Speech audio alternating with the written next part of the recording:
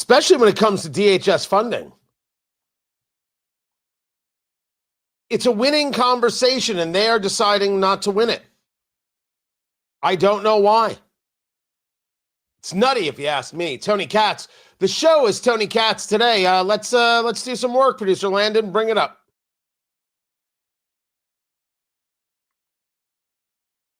So the Republicans are doing what the Republicans do. They're having some kind of retreat.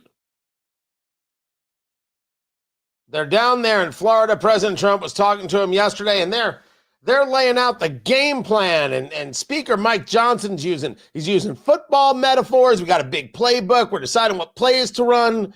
Look at me. I was the alternate mascot. Check me out. I don't know why I'm making fun of Speaker Johnson. He didn't do anything wrong to me. Anyway, this is their plan. It's a very important time. To put it simply in a very straightforward manner, our mission, our game plan is obvious. And that is that we have to defy history and grow our majority, which we will do. And we've got to continue saving the country. House Republicans are working hand in hand with President Trump and his administration to bring down the cost of living for hardworking American families. We have done an extraordinary amount of work in that regard, and there is much more work left to do. And so that's what we work on every day. And this team is committed to that resolve. I don't know about you, but I feel enthused. Someone's got to work on his ability to rally the troops. Really, really and truly, somebody needs to work with Speaker Johnson on this idea of how you deliver a message out there. We're going to lower the costs for the American people, hardworking American people. We're committed to doing that every day. What does that tell me? Give me one concrete plan and one concrete action, and then let's look for that action to be completed. Last thing you want to do is talk in some level of riddle, Speaker Johnson. And define history to win the majority is not a simple task, but it is one that we will do. And you have to remember, because all of you track this and you report on it, you keep the progress reports, this House Republican majority has defied expectation and historical trends and conventional thought virtually every single day that we've been governing. And we will do it again. It would be a very foolish thing to vote against us. That's my advice to you, okay? There are ways to win. There are ways to win, and, well, the speaker right there is not engaged in a conversation that does anybody any good, only makes him look like he's staring in front of the mirror and saying, I'm good enough, I'm smart enough, and gosh darn it, people like me. That's, what was that, Stuart Smalley? Yeah, whenever you're doing an impression of Al Franken doing a character, you're losing, Speaker Johnson. No, you got to come out and be saying, here's what we did today, and here's how we beat the other guy. Because those Democrats, they don't give a good holy damn about you. We do. Here's what we did. Here's how your life's going to be better. You're welcome. Tomorrow we're going to do this. And then you go out there and you do that. I mean, that's how this has to work. That's how this has to play out. You have to be absolutely outrageously aggressive. Let me show you how absolutely outrageously aggressive works. And then, of course, you have to back it up. Let's go to Secretary Pete Hegseth talking about the latest of what's going on in Iran.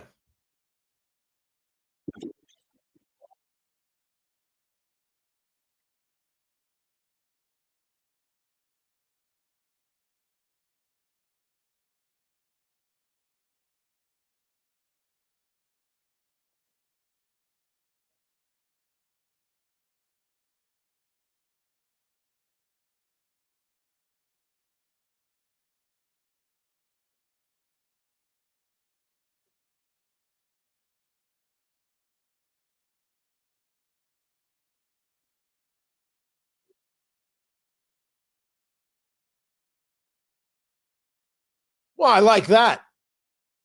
We're gonna We're going to disable their Navy. We're going to prevent them from getting a nuclear weapon. This is exactly the kind of talk. We're going to do this, this, and this. We're going to do these things right here.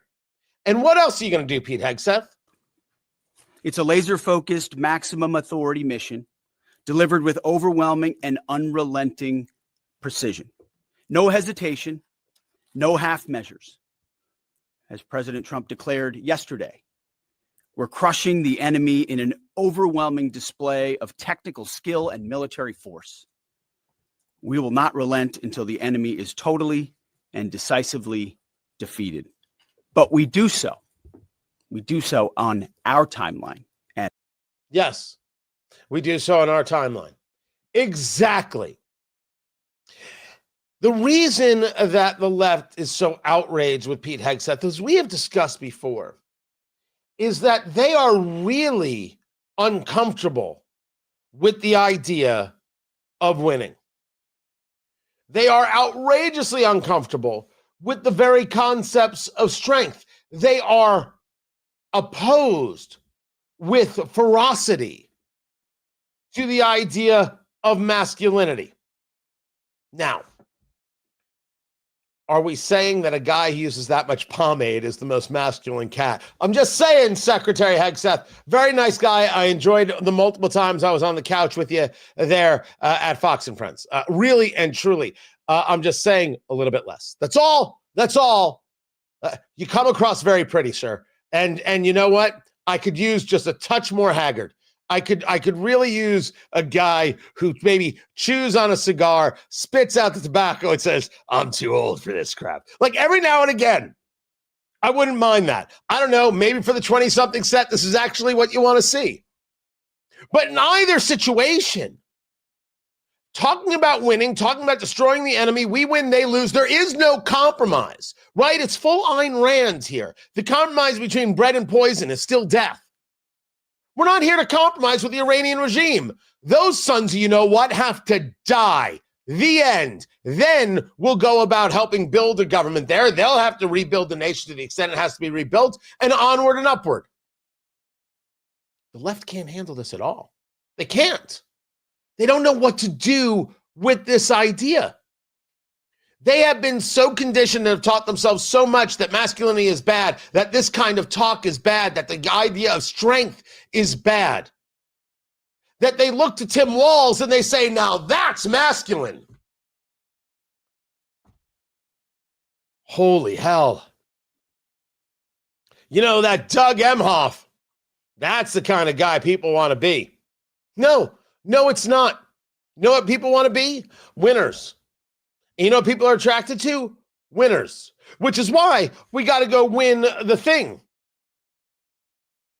But back to Secretary Hegseth. the mullahs are desperate and scrambling. Like the terrorist cowards they are, they fire missiles from schools and hospitals, deliberately targeting innocents because they know their military is being systematically degraded.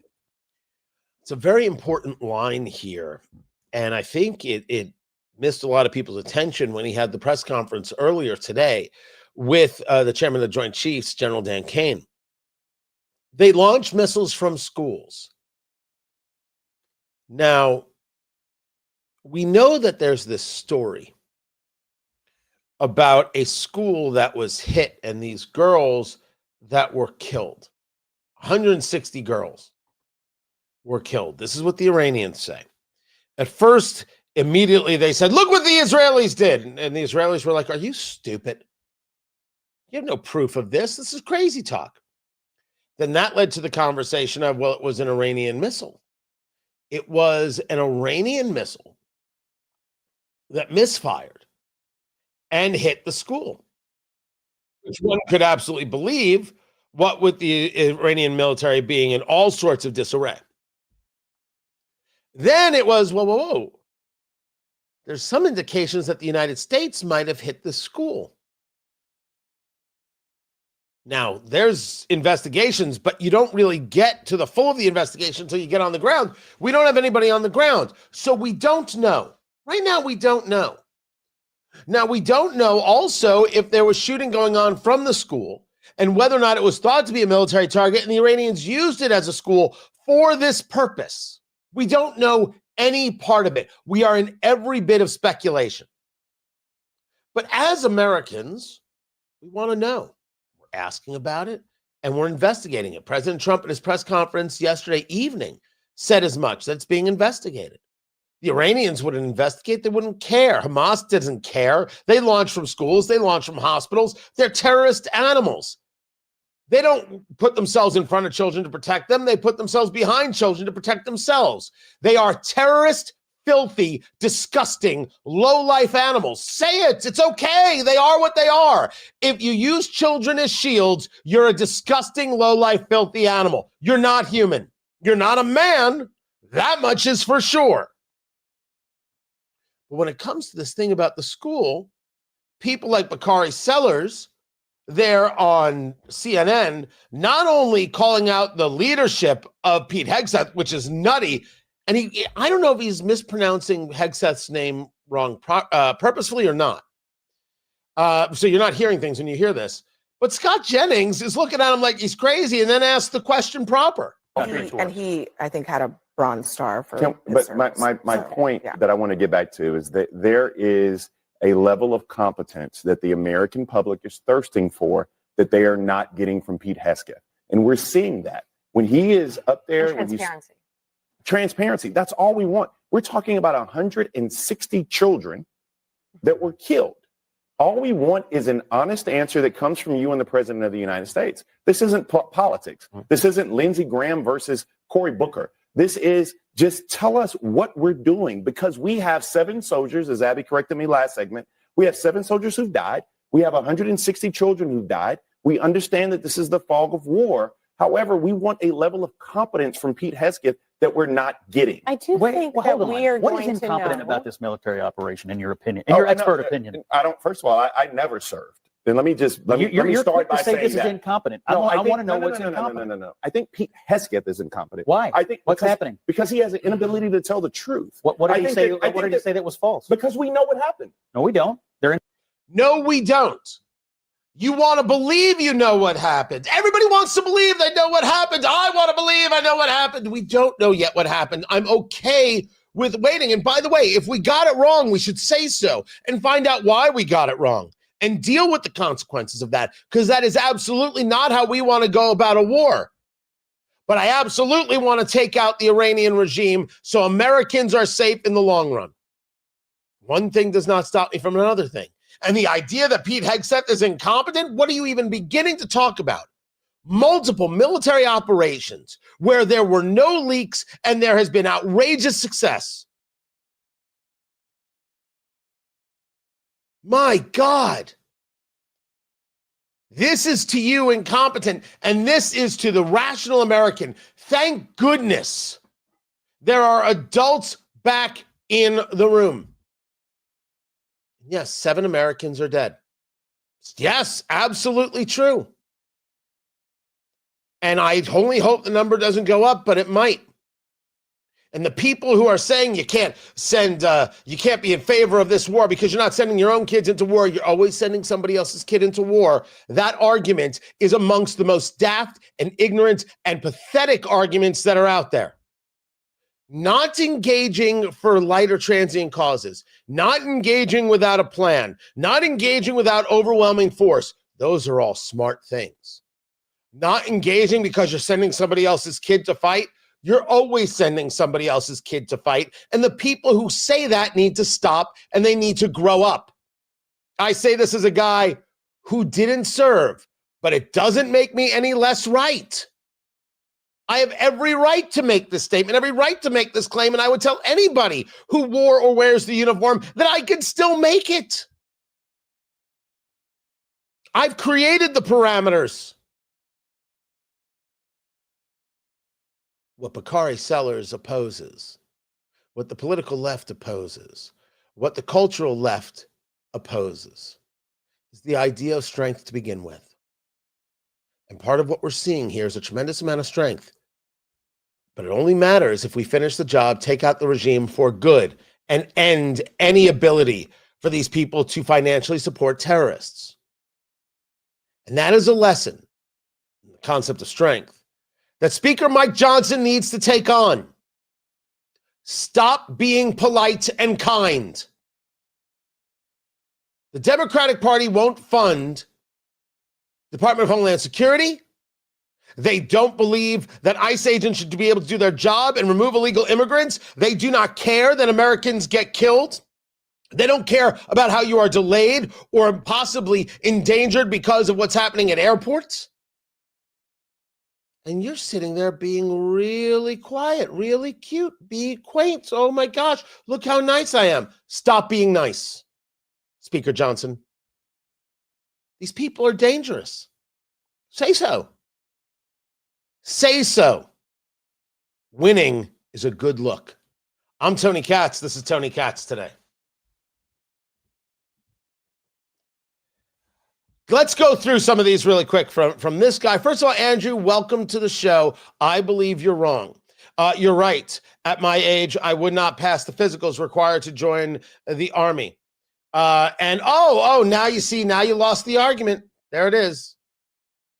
You lost the argument. You don't have it, man.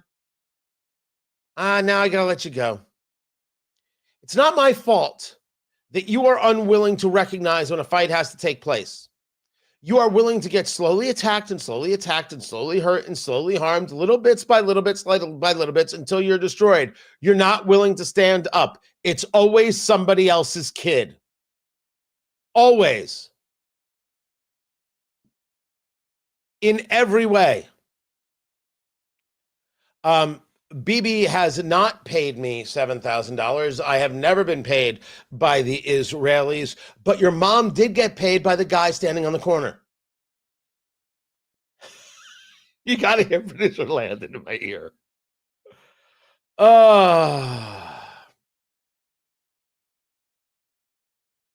Now, Hegseth used Signal.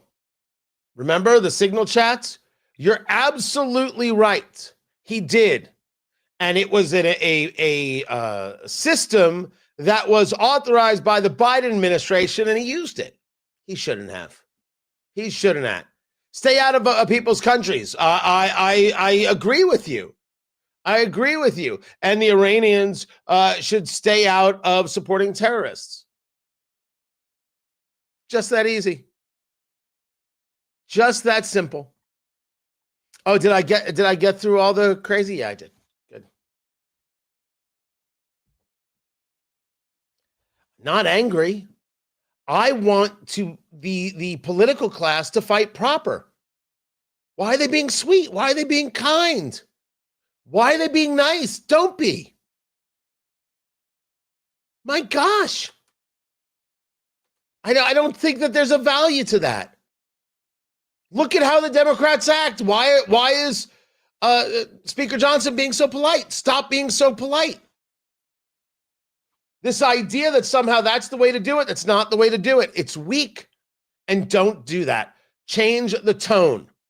I don't think you have to scream and yell and you have to curse, right? I'm not the political left and punch a Nazi and all that stuff. Well, who's a Nazi? Well, anybody I disagree with is a Nazi. That's what the left thinks. But stop telling me about your playbook. Talk about winning. You got to hang some of this nonsense around the necks of the left because it belongs to them. It's their albatross. By the way, Samantha, no relation to Samantha, but we have the same last names. That's groovy. Mazel tov to you. Not an easy choice. Good on your son. I wish him nothing but the best. Nothing but the best. And then, of course, you have the classic line, you have nothing else to say, so just do this. Listen, we're not impressed, and we're not changing our thoughts. If you want to engage logically, do that. Do that. But if you want to engage in this, you sound like a fool. We're not interested. You can't change our minds. You lose, Boychuk. Just that easy. Let's get back to the show, shall we?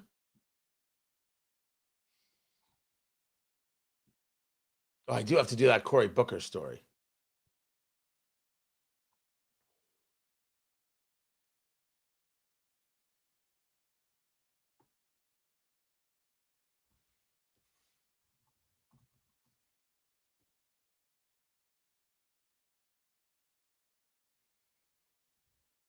President Trump really wants the SAVE Act. He's calling it the Save America Act passed. Tony Katz. Tony Katz today. Good to be with you. And he was very, very clear that he's not interested in really signing any more legislation until this gets passed, this idea of voter ID. He wants the voter ID passed. You can't trust the mail-in balloting. He even quoted Jimmy Carter in a study that was done in the Carter administration. He said the only thing that Carter ever did right was this about mail-in ballots and the problems. But he's there in front of this Republican event there happening in Florida, and he says this. They're doing everything possible because they know if we get this, they'll probably won't win an election for 50 years, okay? And maybe longer. And they're going to fight like hell. But boy, do they get killed. Because even the Democrats, you saw the numbers today, Democrats voted 86% that this stuff should be passed. The Democrats, with Republicans, you're at 98%. But Democrats are at 86, except for the people that run the Democrat Party, because they want to try and win elections illegally. It's the only reason you vote against voter ID is because you want to cheat. There's no other reason. They come up with reasons. They say, it's racist. That's their number one, racist. Then you have to explain it, and they're just sitting there mumbling. They can't explain it.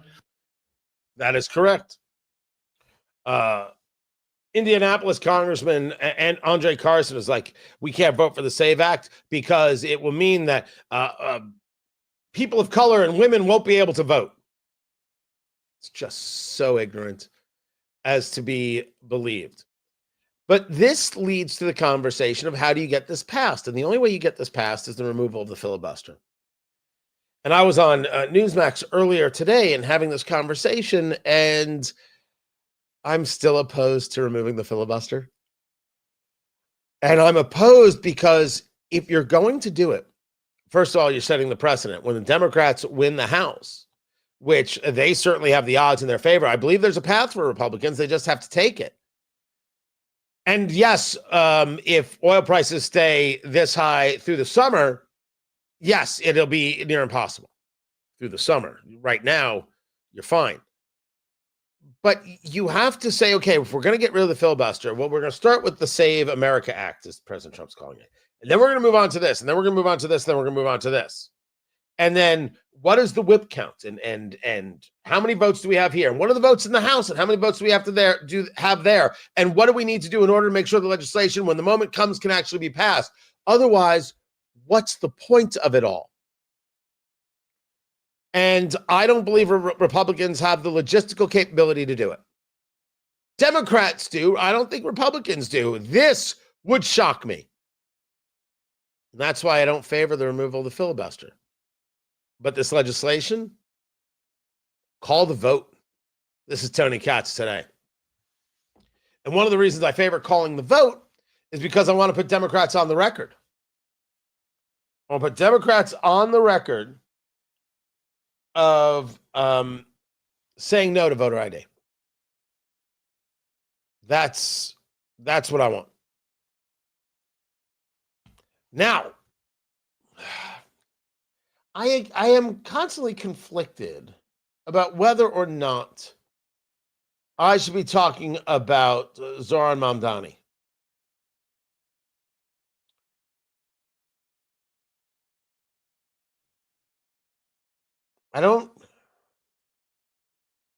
It's because I don't know if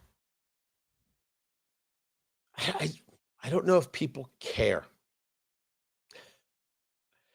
But you've got these terrorists who've been charged, and he's hosting bigots at Gracie Mansion, and they are bigots. He's an obscene dude, and it does create a larger conversation about where the left is. See if I can get into this a little bit.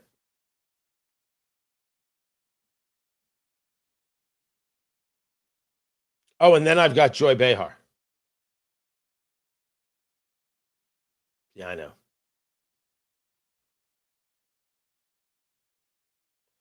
I know. And there's also a conference on anti-Semitism going on, which normally I wouldn't. I'd be like, cool, I'm glad it's happening. But I don't know if I would share on, but a very interesting commentary from Tom Cotton and from Ted Cruz. There's a real pushback against the woke right.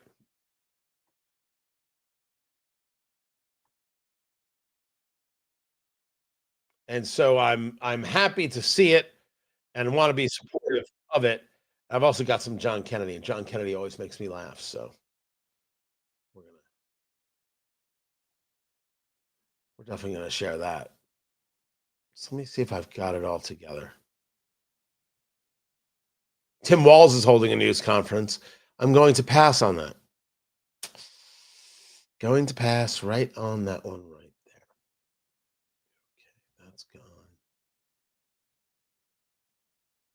And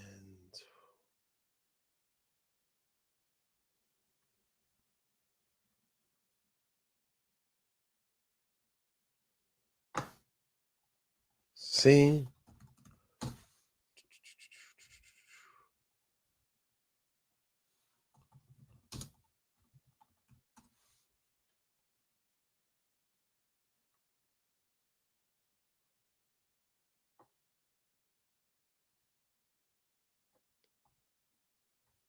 There it is.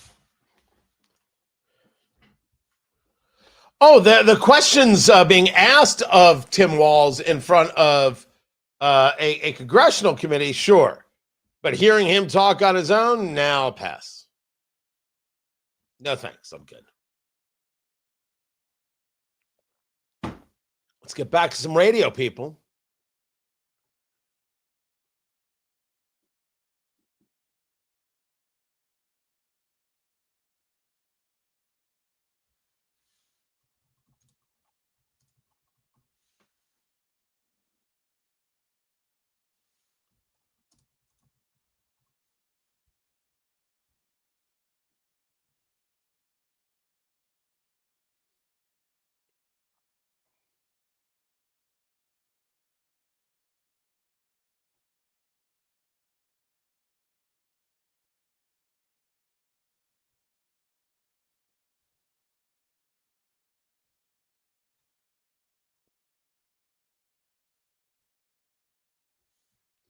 Senator John Kennedy is a gift. And anytime you can hear this man in his questioning, you should enjoy it. Don't you think your hyperbolic statements undermine your credibility? What hyperbolic statement did I make?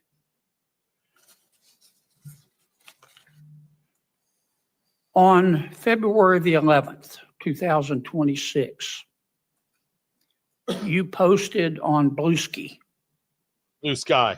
quote, my words, or your words, not mine. The Democrats' video telling service members to ignore illegal orders didn't go far enough. So this is a hearing on sanctuary cities. And at this moment, producer Landon, as Senator Kennedy from Louisiana is quoting other people, finger on the dump button, huh? Thank you very much. Tony Katz today. Good to be with you. There is no moment where Senator Kennedy doesn't come with receipts. And there are people who listen to these leftists really advise members of the military not to listen to the commander in chief. Absolutely gross stuff. They know what they did. What they did was reprehensible. Don't tell me Mark Kelly's a patriot when you're doing that. No, no, no, no, no, no, no. Don't tell me Alyssa Slotkin, the senator from Michigan, loves her country, or Representative Crow. I don't care if they served. I don't care what they did. Not that video, not that statement. That is not love of nation at all. So this is what Senator Kennedy is addressing here. This guy doesn't think that a video saying don't listen to direct orders from the commander-in-chief goes far enough. They should have also urged them to refuse unethical orders, whether illegal or not. There are many things deemed legal that are still obviously unethical, and everyone should hold themselves to this higher law. End quote. Did I read that correctly? I believe you did. Do you disagree with it? You think people should do unethical things in their capacity? On December the 31st of 2025, you posted in front of God. But wait. In front of, do you disagree with what let I me said? finish my question. I'm You sorry. answered, sir. Sure. In front of God and country.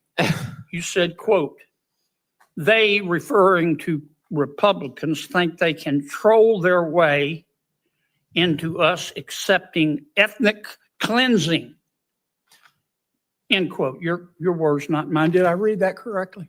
That was in regard to a Did I Department of read that? Homeland Did I Security read post that? about advocating 100 million deportations. That is what DHS has tweeted from their own account. 100 million deportations hurts, doesn't would it? be ethnic cleansing. You would be Truth hurts, removing doesn't it? 1/3 of the country. So yes, there Truth are can people just within the gut you like Department a of fish. Homeland And Security. you don't think this is hyperbolic? Give me 30 more seconds. I think advocating 100 million deportations I'm is having fun here, Mr. ethnic Chairman. cleansing. On February Yes. 5th, you quoted you said the following on Bluesky. Your time's Quote, up. these are all good, but there's no enforcement mechanism. I'm sorry. Let me try a better one. On March 2nd, you said, quote, if you rule against Trump's population purge agenda, no hyperbole there, the nativists will name you, threaten you, and come after you. These judges are much braver than the ICE agents who hide behind masks while violating the Constitution. They are Close much quote. braver. They put their names on their rulings and they stand behind their constitutional rulings. When I talk about population purge, I'm talking about the fact that they're trying to deport U.S. born citizens, people born here. They are trying to deport them as well. So it's not a mass deportation agenda. It is also an agenda intended to reduce the population of the United States, including U.S. born people. Thank you. These are not Wait. hyperbolic statements. I appreciate you reading my account. I appreciate Here's your the good research. news. What planet Wait, did you wait, just, wait, wait a minute, Mr. Chairman, what wait. planet did you just parachute in No, from? no. Hey, guys. You trigger my gag reflex. So- Mr. Well, that went well. Kennedy's argument goes as follows. That the speaker there from the Cato Institute is engaged in hyperbole in his statements, not a reality regarding what has happened to the nation and whether or not we should be following the laws. What his name is David Beer, I believe is how I pronounce his name. What David Beer is arguing is that actions being taken by the federal government are improper. Now, these judges are not brave. They're not brave. They sign their name to a thing. They're not brave. They sign their name to their order. That's not the bravery. When they are protected by the law enforcement that they seem to want to attack or find reprehensible. I actually think there's a really good conversation here, although I do adore Senator John Kennedy because his point is valid. His point is that you're not engaged in a conversation about the actual subjects. You're engaged via the Cato Institute in a full-on smearing of the enforcement of the laws on the books. And that's a valueless proposition. This happens often. And I do think Cato has a very odd look at and in some places on immigration and how they have presented themselves and represented themselves over the last few months, if not the last few years, but I'd leave that to others to go back in history and check. The mayor of New York, Zohran Mamdani, where there was a terrorist attack, and this terrorist attack, you had two guys from Pennsylvania in full support of ISIS throwing an IED at those who they disagreed with. I don't care if they were good guys or bad guys who they disagreed with. It doesn't matter. These ISIS-supporting, inspired terrorists threw an IED, created it, lit it, threw it. Luckily, it didn't go off. Their families, coming from other countries, living in America, living a very seemingly nice life out there in Bucks County, Pennsylvania, which if you've ever been to Bucks County is very, very nice. Then you take the walk, you can take the walk over the river to Lambertville, the whole thing. I've done it more than once in my life. It's lovely. Grows up in America and is still radicalized by ISIS. It took a long time for the mayor of New York, Zohran Mamdani, to admit that this was a problem. No, his first statement was nothing more than saying, look at this white supremacist who was protesting and look at the violence that came from it. White supremacists are awful, and I don't know if the guy was a white supremacist or not. I have no idea. Everybody gets called a white supremacist when they're disagreed with, so how would I know? If you call everybody a racist, no one's a racist. Maybe you should save terms for when they're appropriate and not engaging, as Senator Kennedy was discussing there, in the hyperbole. Actually focus on the topics. But Mamdani started not by saying this was a terrorist attack, by saying, look at these terrible people over here who are protesting. They're protesters. They're Americans. You disagree with them. I might disagree with them. They have every right to protest. You think that IEDs should be thrown at them? My gosh. A woman drives her car into an ICE agent. She gets shot and killed, and ICE is called murderers every single day when they're clearly not. A guy throws an IED with the purpose of killing. Stated in a statement he wanted to kill the non-believers, and he wanted it to be bigger than the Boston Marathon bombing. You don't mention that. You don't mention that. No, what you do is you put out a missive about how hard it's been for Mahmoud Khalil. Mahmoud Khalil, who is the guy who created the group there in at Columbia University that was all about trying to prevent Jewish students from getting on campus, trying to intimidate Jewish students on campus, and of course, other students. Khalil, who should have been deported, and then some judge said, you can't deport him. Mamdani's treating him like a hero. A photo of him at Gracie Mansion while they're all having dinner together, breaking the fast of Ramadan. He's there with his wife, the same wife who called the rapes of women on October 7th a hoax and supported what took place. Disgusting, despicable statements. This is who he is. And I am told, and the reason I bring it up, because I do question whether I should bring up things involving Mamdani, because the vast majority of us don't live in New York, and honestly, screw New York. They don't need to, they don't run our lives. They don't control their lives. They only think they do. God, most of them make us sick.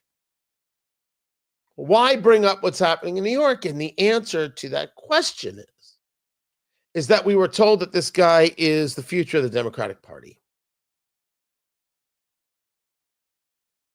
We're told that this guy is the role model. This guy is the blueprint. This is a guy who associates with the worst and seems to defend the worst.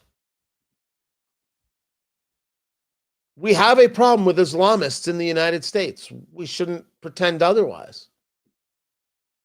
If we're going to discuss problems with white supremacists, you go right ahead. I'm discussing the problem with Islamists. I argue we could discuss both, but some people won't discuss both. And I've got the mayor of New York here who won't discuss both and wants to break bread with a guy who is absolutely hell-bent on attacking Jews. And it's his group that had put out that statement on social media, "Death to America," and they still stand behind it.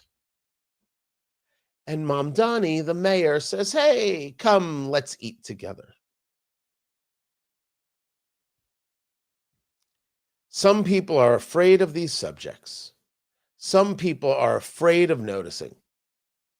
Some people want to engage in hyperbole instead of honesty.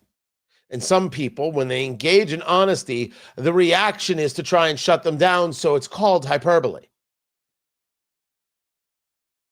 Zohran Mamdani has very, very odd standards, and they are simply standards that don't work for a society that values safety and security and values everybody being able to walk down the street safely.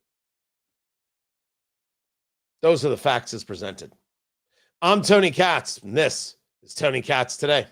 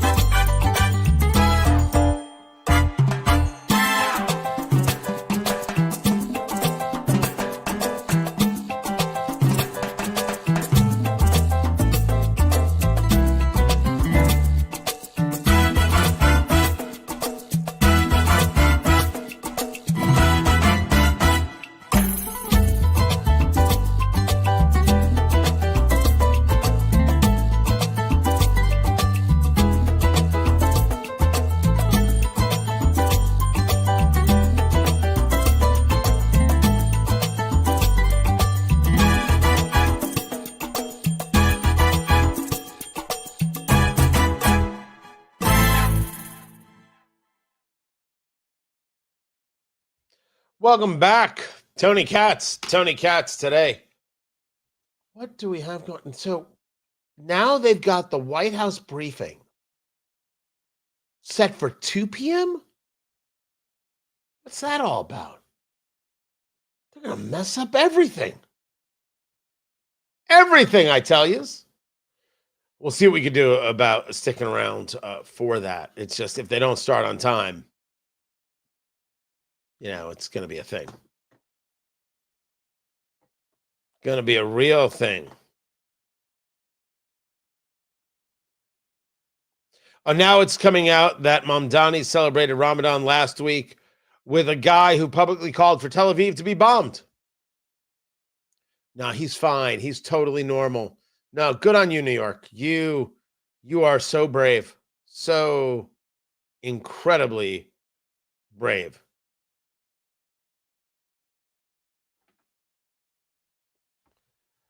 What a lowlife. What a lowlife. He is what he is. Come on, come here. Boom, boom, boom. And then we'll get it right up. We'll get that right there. It's a very interesting piece of polling. And then did I? No, got that over there and 3 more things. Boom to that.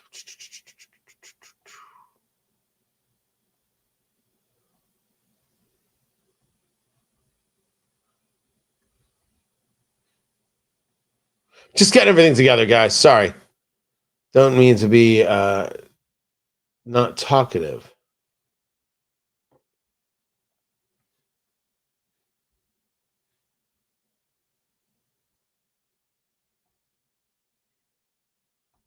Okay, so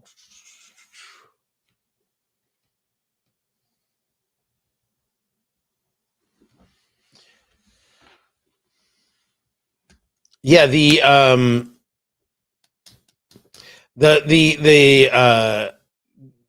guys who threw the IED, I'm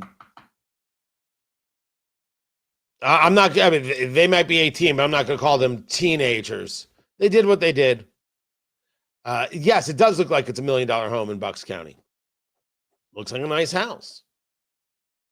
From every conversation or every reporting, they grew up in a nice life. But when you grow up to hate your country, which is the problem,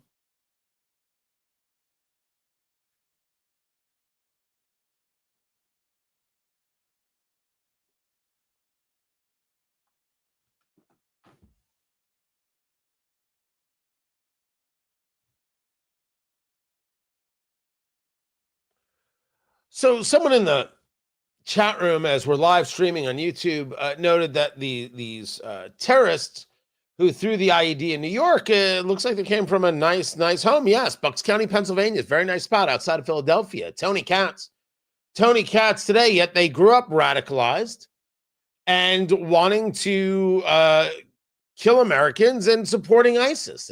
And how does that happen? Well, maybe it happens this way. This is a bit of polling that comes from a group called Signal. And in this polling, it takes a look at, after 250 years as a nation, do you believe the United States continues to be a force for good in the world? And when you take a look at Republicans, 91% say yes. And when you take a look at Democrats, 47% say no. I'm sorry. Did I say 47? I meant 69.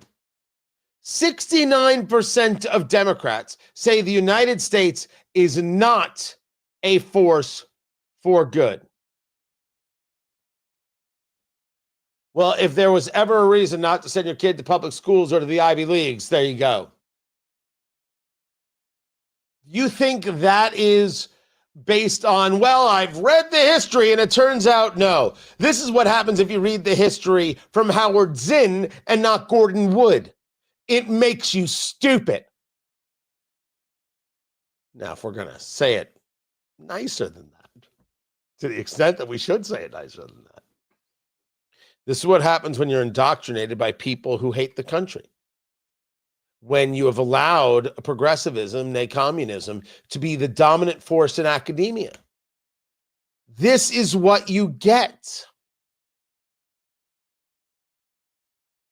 When you teach that America's evil, America's racist, America's bigoted, well, then you have to do away with America. So stop sending your kids to public schools, stop sending your kids to the Ivy League, and stop sending your kids to certain colleges. Start loving your kids more than the peer pressure to, well, you want them to be socialized normally, right? Do you think this is normal socialization? Because I sure as hell don't. This is Tony Katz today. It's ugly stuff, guys. Ugly, obscene stuff. Very, very dangerous. So here's what we've got going on. Now, I am very surprised that's a 2 p.m. briefing. I don't know what's going on there. I do have some stuff that I did want to share, but I think I'll get into this. I think we'll be all right. So Landon, we'll hold on that and we'll just keep on going. So here's what we're going to do. We are in the commercial break right now for the radio show, right? We're in the break. So we're going to take the radio break here. And really quick, for those of you who know some of our fantastic sponsors, like Defiance Beef, right? We're talking about incredible steaks, incredible burgers. The ground beef is unbelievable, 21-day aged. The flavor is magnificent. Cut to your specifications, quarter cow, half cow, full cow. They also have some special deals, but on any of the quarter halves or full beefs, you use Eat, Drink, Smoke at checkout, you're going to get $150 off your order. And right now, they reached out to me this morning. They have some quarter cows that people couldn't get, and they're ready to ship right now, and they are discounted. And if you email me, Tony@TonyKatz.com, I will, I will, if they've still got it, I will help you get it.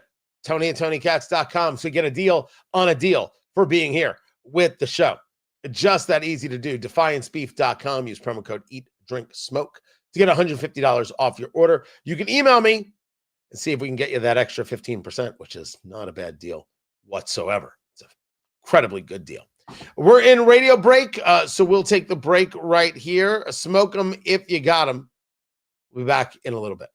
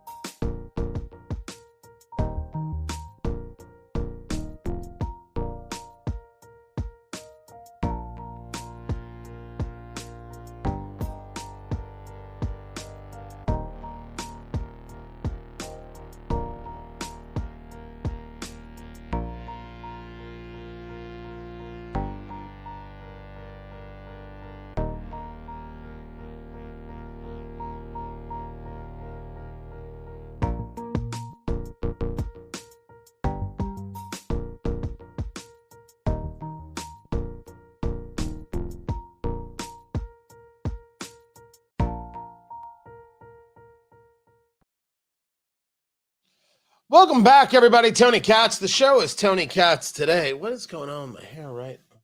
At haircut time. I think that is it. Good to see you. There was a comment that I did not understand.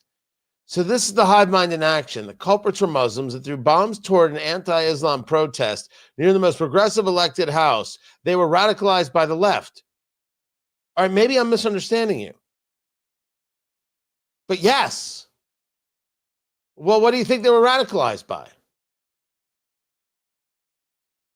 If you want to argue it has nothing to do with the American left and it has to do with other sources, okay. I'm willing to concede that point. But if we're discussing the idea of how we see a very anti-American point of view that is clearly from the political left, and we see it in education, we see it in academia, we see it in culture, it's a horrific problem.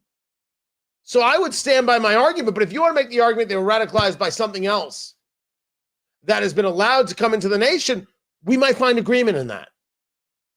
Absolutely.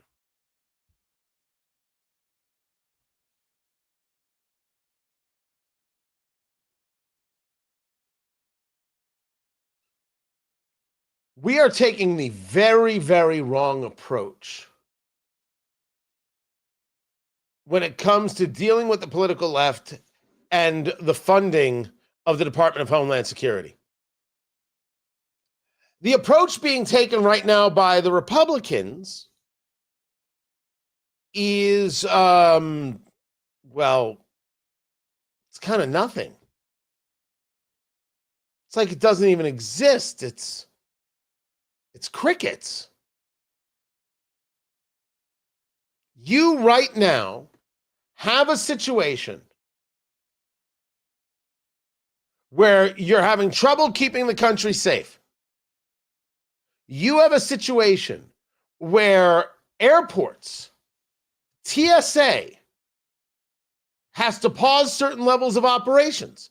They're telling people who are getting on planes that you may have to wait 4 hours.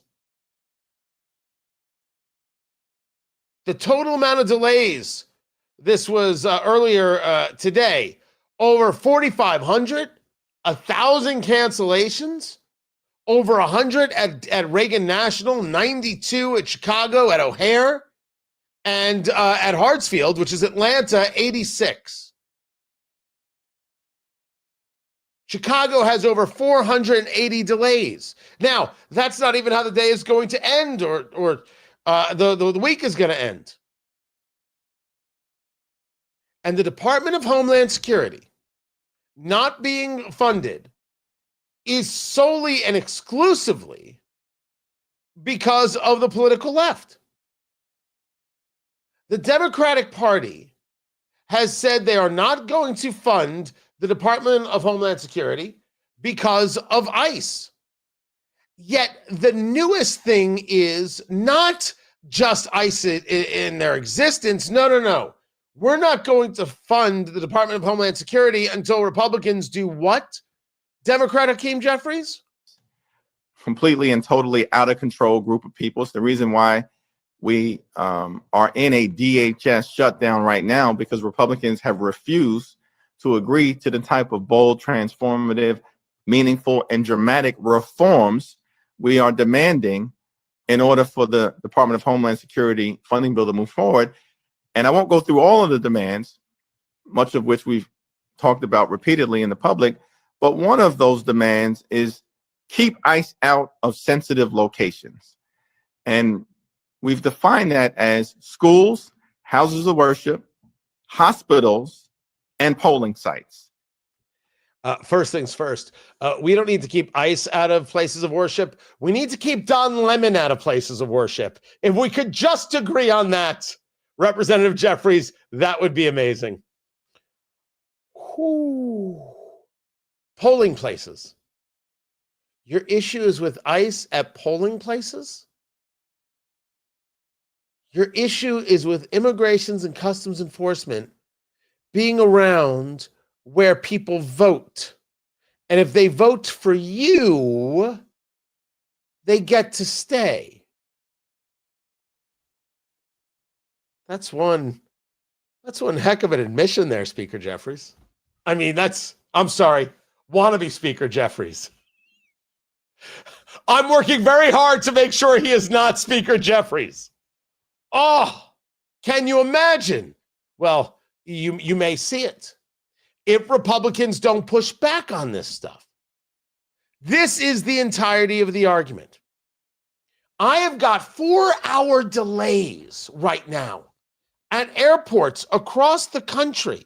4-hour, not delays, just waiting lines. 4-hour waiting lines. And I don't have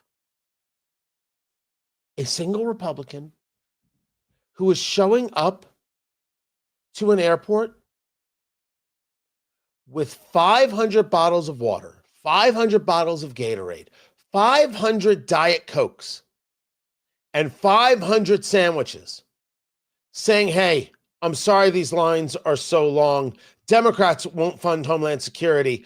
These guys are ridiculous. We're trying to work with them, but man, they really don't care how long you wait. Anyway, sorry you guys have to wait. Here's lunch. It's on me. I'm sorry. By the way, I paid for this with private funds, not government funds. Here you go. It is really awful what the Democrats are doing. You know how unsafe they're making the country right now? We're already talking about sleeper cells in the United States, and there's Democrats not funding Homeland Security because they think people who are here illegally should vote. Now, wherever you are on ICE, people who are here illegally shouldn't vote. We can all agree on that. It's disgusting what they're doing. Hakeem Jeffries is allowing this to happen. He leads the Democrats in the House. It's really gross, and I'm so sorry this is happening. So here, I wanted to get you lunch. I know it's difficult. You got the kids. Oh, the kids look great. I hope you guys get to go on your vacation and have a good time. Maybe go see grandma. It's terrific. So eat. And again, so sorry Democrats are doing this to you. Shame on these Democrats. I agree with you wholeheartedly. You can't do that? Why can't you do that? Honestly, Republicans, what the hell is wrong with you? Why aren't you doing that? Where is the conversation aggressively discussing the insanity of this move and how they are endangering the country? Where is it? The answer is it's nowhere.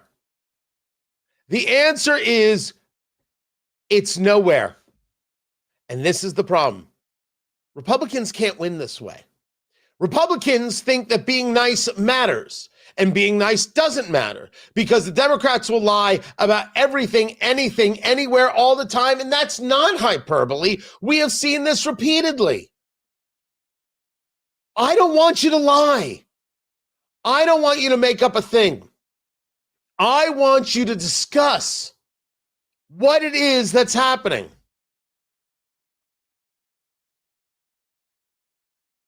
I think that you, as Republicans, are failing to meet the very basic requirements of winning re-election, which is standing for something and exposing those people who are standing for the thing that hurts Americans most. Why won't you do this? Look what I offered up. People who are online waiting hours to get through TSA hate everything and everyone. And their kids are cranky. I think a sandwich and a Gatorade might help. And then a chance to talk to these people where they are as they're experiencing what the Democratic Party is doing to them. I think it would be helpful if you explained quite clearly that every time we are unable to have the patrols out there regarding American safety and security, what comes next? The blood is on the hands of the Democratic Party, and say it that way, and say it to Hakeem Jeffries' face. I think about this often. This back and forth that Hakeem Jeffries had during the first shutdown with it was Representative Mike Lawler, Republican from New York. And Jeffries is all sorts of tough guy. Jeffries is finger in the chest. Go right up to him. Who are these people? Now, if you ask me, do I want this? Holy crap, do I not want this? I want members of Congress to be normal. I want them to debate. I want to win more than I lose. And then I want to do it again tomorrow. You think I want posturing and screaming and the level of tough guy in this? No. Who in the bloody world would want this? But this is what they do. This is where we're at. This is what's happening. So Republicans have a choice: fight or lose. This is the argument: fight or lose. The Democratic Party is doing this. Over there at The View, yes, the Democratic Party is The View, and The View is the Democratic Party. What else do you think is going on there? This is the argument being made by Joy Behar. And you say to me, Tony, that doesn't count. How many women watch The View? How many people watch The View? How many suburban liberal white women watch The View? You don't think it's informing opinions? Oh, okay. Oh, God. Did he just say it's both? Yeah. Yeah. Okay. You speak with forked tongue. Like Snake. Does it seem like we're going to be getting... Well, so what does this tell you? This is mixed messages, and we're used to that, but what is your gut feel? I feel like we're living in the reign of terror. Am I the only one here to remember the French Revolution? I mean, I really feel like every day I wake up and he has created more chaos, more misery around the world. Mm-hmm. The economy is going down the toilet. Mm-hmm. Gas prices are going through the roof. World economies are suffering. And we're in the middle of this, and I feel like we're pretty much helpless to do anything because the Republican Party will not stand up to this fall. Yeah. That's all. They'll say anything. They'll say anything. The reign of terror? You are comparing today's America to Robespierre? It's insane. It is certifiable. I didn't say lie. I don't think you have to lie about a thing. I don't think you have to engage in this level of pure ignorance. I think you got to go to an airport and say, I'm sorry that you're waiting for 4 hours. These Democrats don't want us to be safe and they don't want us to be efficient, and they're costing you time and money. I'm so sorry. Here, have a sandwich. Here, have a drink. Now, if you're really daring, you would just set up a bar and get everybody a beer. Not everybody's me. What are you going to do? The problem the Republicans have is they think that fighting is done politely. They don't know how to fight. Democrats will compare the president to Robespierre and say that we're living in the reign of terror. Man, that's a real difference. Republicans think they have to be civil, but they don't define what civility is. It is not civility to stay all prim and proper and say, well, we're going to win, and we want the American people to know we're fighting for them every day. That doesn't do it. Someone please tell Speaker Johnson he's failing. I don't want to hear about how sweet and kind he is. I do not want to hear about what a religious man he is. I want the party fighting back. I want them making their case to the American people. The Democrats will have blood on their hands if they don't already because they're not funding Homeland Security. Why aren't you saying so? And the answer is because you maybe don't want to fight. That's a guess, right? You don't want to fight. You don't want to win. You talk about winning, but you don't seem to want to win. You'll let them say anything about you. You'll let them try and corner you on every issue. And you aren't willing to punch a guy in the mouth. Theoretically, not literally, could we please? Hakeem Jeffries wants to get nose to nose. Get nose to nose. You don't back down from this guy.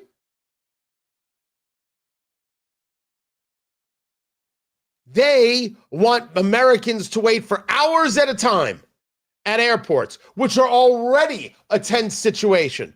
You're not willing to say, my God, what the hell are these people doing? Why in the world do they so incredibly hate Americans? Why do they want to keep us unsafe? We have the possibility of sleeper cells in the United States. You think now's a good time to defund Homeland Security? All because you don't want ICE at a polling place because you favor the idea of illegal immigrants voting? What? Was there anything that I said there that wasn't absolutely true? I didn't have to make anything up. All I had to do was relay what it is they're doing and not be sweet about it. But be properly what it is Americans are about it, which is disgusted. Say so. I think that Speaker Johnson has been a good speaker, and I am kind of amazed that when he got the gig, he has been able to work with it so well. But that man is not a wartime consigliere, and we need one. And the Republicans better get their heads out of wherever their heads are and find one. Tom Hagen needs to sit down. And I like Tom Hagen. We need fighters. And if they ain't going to show up, we ain't going to win. It's just that easy. I'm Tony Katz. This is Tony Katz Today.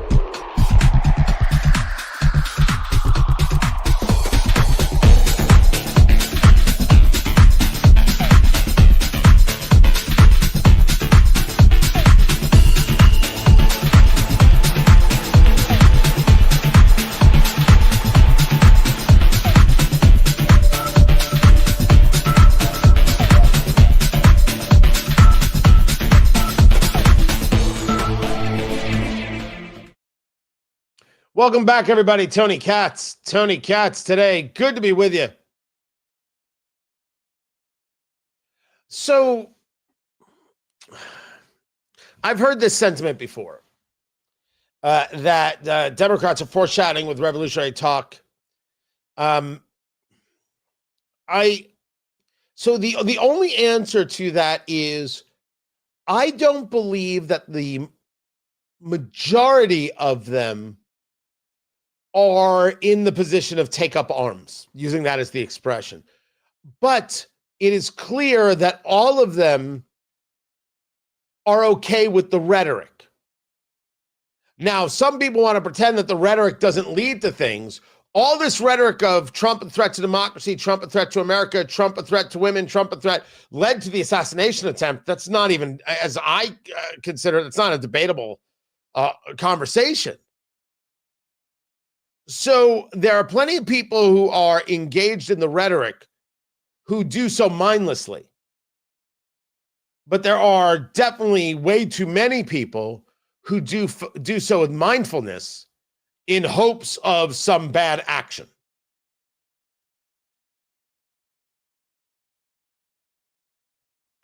According to Penguin here, by the way, welcome to the show. Trump is making things worse for the average American, rising prices, fewer jobs, more Americans dead, and he continues to cover everything up. Nothing's getting, first of all, covering up, that's just weird. Secondly, rising prices. Well, oil prices definitely went up, but other prices have been coming down, no question. More need to. Fewer jobs. Well, you have to at least figure in what's going on with AI and the massive amount of investment there. If you're not going to be honest about those things, we can't have a full-on conversation. But covering up, that's just something you were told to say. It's a great example. That's not thinking for yourself. Talk at all. At all.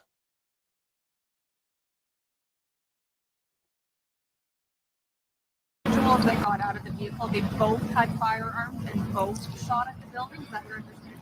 It's unfortunately because the investigation is still very active and early. I can't share that. I can tell you that there was a handgun that was discharged and that both individuals were involved in that discharge. So a shooting at the U.S. consulate in Toronto. Tony Katz today. Good to be here. Good to be with you. Police seeking two suspects. Multiple rounds fired at the consulate approximately 4:30 a.m. Eastern time. There's a joint news conference that you just heard from. Officials from the Royal Canadian Mounted Police and the Toronto Police Service said officers responded to reports that someone had shot at the building. The Toronto Police Deputy Chief, Frank Barreto, said the shooting itself is believed to have happened earlier, about an hour earlier at 4:30 a.m. They are looking at a white Honda CR-V. They are investigating. So, the Canadians. It's interesting that there are two parts to the Canadian story that matter. First of all, we don't know who was involved in this shooting. We've got Canada upset with the United States for a whole bunch of trade issues. You've got the Iranian sleeper cell threat that's out there. And then, of course, you have the absolutely deranged who have been inspired by progressivism, that anybody who disagrees with them is a threat. So what are they going to do? They're going to attack the threat. If you're told that the people who disagree with you are a threat to your existence enough, you will say, well, I got to take them out because they're a threat to my existence. As opposed to people who are actually a threat to your existence, like the Iranian regime that sponsors terrorism and kills Americans and others. The Canada conversation is twofold. I think that the people who are amazed that they're angry with the United States are weird. I don't know how else to say it. They're weird. Of course they're angry with the United States. The tariffs, the 51st state nonsense. We beat them at hockey twice. Of course they're angry. They're infuriated. So they stopped drinking bourbon. Well, not everybody in Canada, not every province, but certainly they've slowed down their bourbon intake. And yes, Mark Carney has been all over the map, the prime minister, regarding Iran and a host of other things. What I think is odd is that people are amazed that the Canadians would get angry. Yeah. You think they just see themselves as America's lackey? It's not how they view themselves. It's not how any nation views themselves. And you got to recognize that when you're going into these conversations. Does that mean that we shouldn't utilize force of pressure when we need to? We can. There are times where we should. Does it mean, well, we're bigger than them, so we just have to take abuse? Absolutely not. But it's a weird thing to think that somehow Canadians don't see a pride in being Canadians. Does that defend shooting at the American consulate? Oh, absolutely not. This is the kind of stuff that's growing When you tell people, well, you're angry with the United States, so it's okay to do, that's where the problem lies. There's a difference in the two things. This is Tony Katz today. There is a difference in the two things. Can't deny that. See, I think this is the stuff that often gets me into trouble. Being rational, that it does. It gets you in trouble. Gone with that, and now I've got this. I've got this. Oh, I've got this here. And hold on. Let me get to it. Nope. Do I have them over here? And yes, I do. Yes, I do. Excellent, Smithers.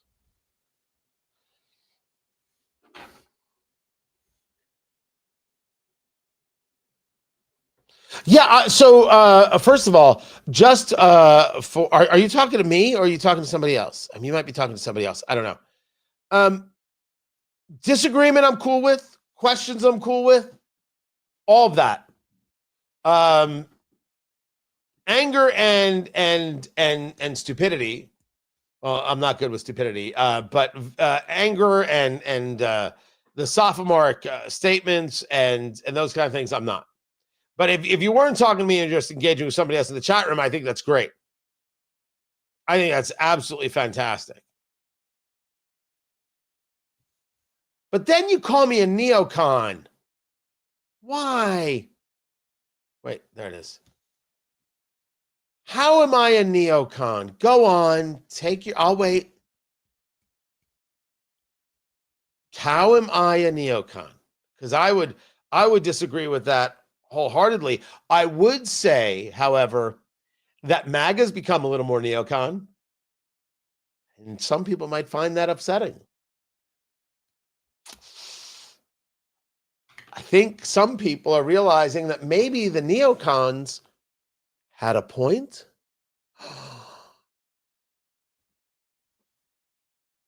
I'm just discussing how this administration is working, man. Don't get angry with me. Get angry with MAGAville.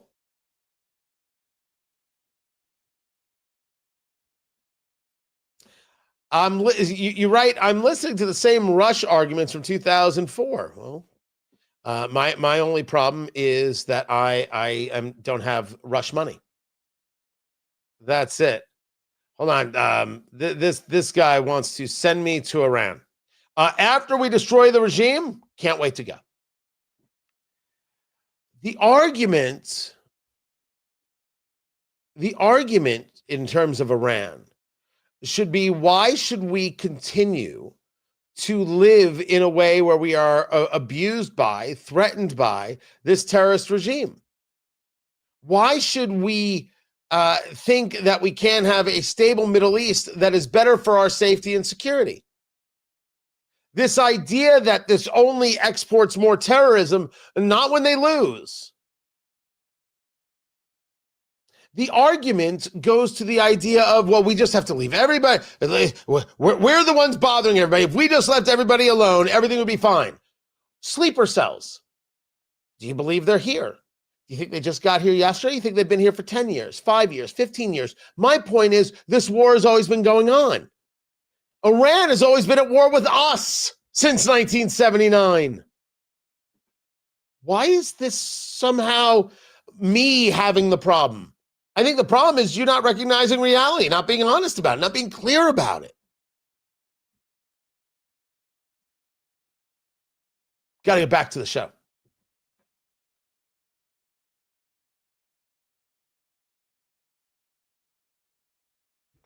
Three more things to get to. Tony Katz today. Guys, good to be here. Good to be with you. Live streaming over at the YouTubes.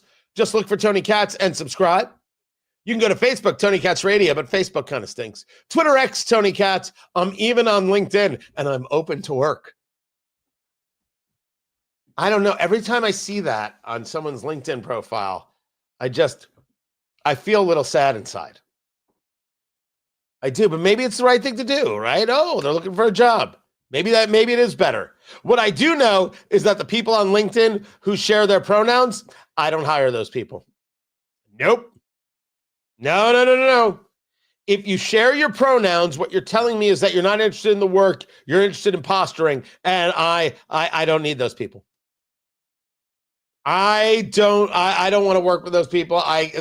You're not going to provide me any value. No shot, no chance, no way. 3 more things. These are 3 stories that I think should be front page news, but won't necessarily be front page news. Starting with Senator Cory Booker, who has unveiled a bill to make $75,000 in income tax-free. I'm listening. Tell me more, Spartacus, about your plan. So the senator from New Jersey, he would set the standard deduction at $75,000 for married couples, $37,500 for individuals. The standard deduction right now is $32,200 for couples. So his theory is as it goes right here, American households, quote, don't pay taxes on their first $75,000 of earnings. It will have a significant impact on the average American in raising their income. Okay. All right. I like it. But how are you going to pay for all of this? Oh, he wants to raise taxes on upper earners and large corporations. Oh, so this isn't an interesting idea. This is progressive crap. You're going to tell the people who make $75,000 and under they pay no taxes, and you're going to tell the people at whatever income range you decide that they pay double the taxes, yet everybody still gets 1 vote. I understand this, right? I've got it together. Everybody still gets 1 vote, but these people don't pay any tax, and these people pay double the tax. Where are the cuts? Where are the cuts to social programs? Where are the cuts to Planned Parenthood? Where are the cuts to everything you like? No cuts? Just spending and tax people more. Well, we'll tax the corporations. No corporation pays tax. People pay taxes. Corporations don't pay taxes. So this is not so much a plan as it is some level of weird, self-indulgent masturbatory fantasy. Then there is this story out of Texas. This is crazy polling. So you've got the runoff for the Republicans for who's going to be the Senate candidate, the Republican candidate, to take on James Tallarico, who is very, very, very creepy. If you think this guy is a moderate, you'll fall for anything. It's Ken Paxton versus John Cornyn. John Cornyn is the incumbent senator. Ken Paxton is the former attorney general who is running for the Senate seat. And they have a runoff election. Trump has not yet endorsed, although I am told that he was leaning to endorsing Cornyn. Cornyn being the incumbent, maybe thinking it's an easier win. Paxton worked to blunt that by putting out into the world, if the Senate passes the Save America Act, remember voter ID, I'll drop out of the race. It could be Cornyn's. But if Cornyn isn't going to vote for this, I'm running. So it's one heck of a Hail Mary to get Trump on your side. Trump hasn't endorsed. Here's the data. This is crazy talk. The data says in the current matchup, Ken Paxton leads John Cornyn by 49% to 41% in a runoff election. 11% undecided. If Trump endorses Ken Paxton, it's a runaway. Paxton will get 58% of the vote in this runoff, Cornyn 32%. There's a 10% to 11% not sure, undecided. So if Trump endorses Paxton, Paxton runs away with it. If Trump endorses Cornyn, it's Paxton 44, Cornyn 43. So if Trump endorses Paxton, Paxton wins. If Trump endorses Cornyn, Paxton still possibly wins. That is nutty. Now, grain of salt the thing for me. This poll has 781 likely voters and a margin of error of 3.9%. It ain't perfect. But my gosh, that's a story. It's a story. And I say, I don't know if I trust it. But if you're Ken Paxton, you feel pretty good right now. And if you're John Cornyn, you're seriously considering of voting for the SAVE Act and helping to remove the filibuster. Ooh, that is nuts. And then there is this symposium that's taking place in DC on anti-Semitism. Interesting. I didn't know this was taking place. I wasn't invited to it. It's totally fine. You weren't invited to it either. But there's been a lot of this talk regarding what's going on the woke right. I mean, there was this was this just yesterday? This is on Megyn Kelly's show, and she's talking to Tucker Carlson. And what people like Levin, whom I'm not attacking, I feel sorry for because he's clearly living in hell, but what they're trying to do is a species of witchcraft. And it's really simple. You repeat something until it becomes true. He's talking about Mark Levin. And he just said that Mark Levin is guilty of witchcraft.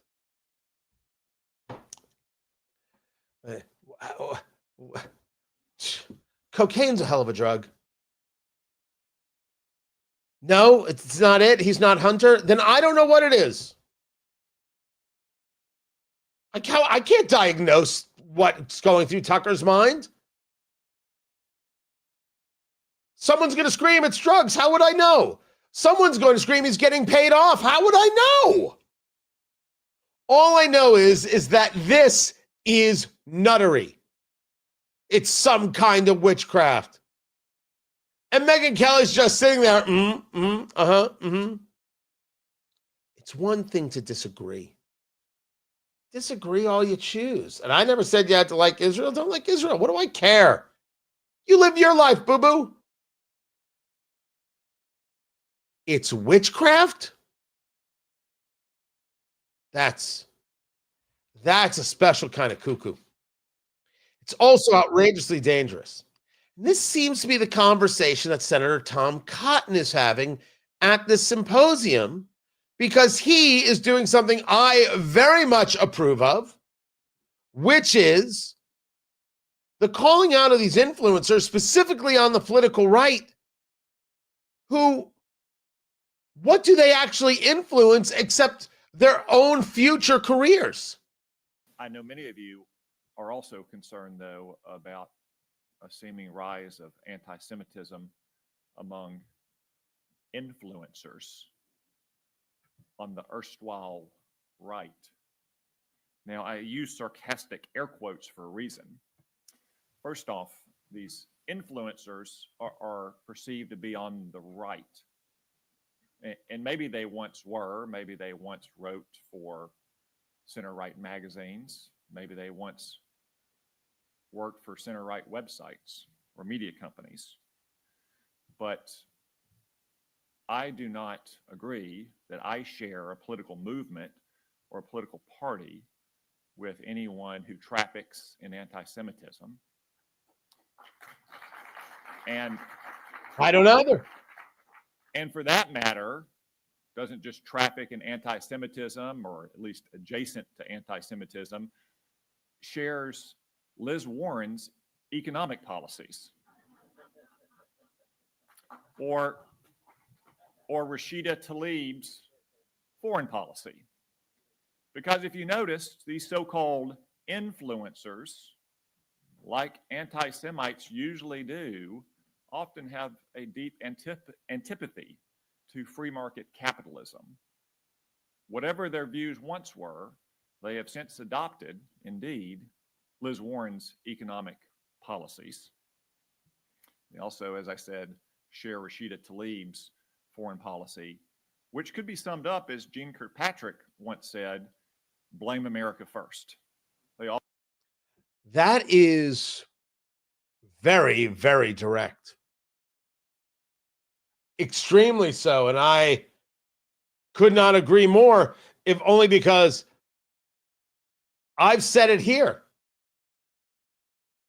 Now, Ted Cruz, he was a little more direct. And I just want to encourage the men and women here. The fact that this room is persuaded does not mean that the college campus is. It does not mean that the Capitol Hill interns are. It does not mean that the interns at Heritage and CPI and every other conservative institution in this country, that they're persuaded. Understand that this has been an operation with money behind it. Qatar is spending real money. By the way, Tucker also now is a Qatari real estate owner. He's purchased a home in Qatar.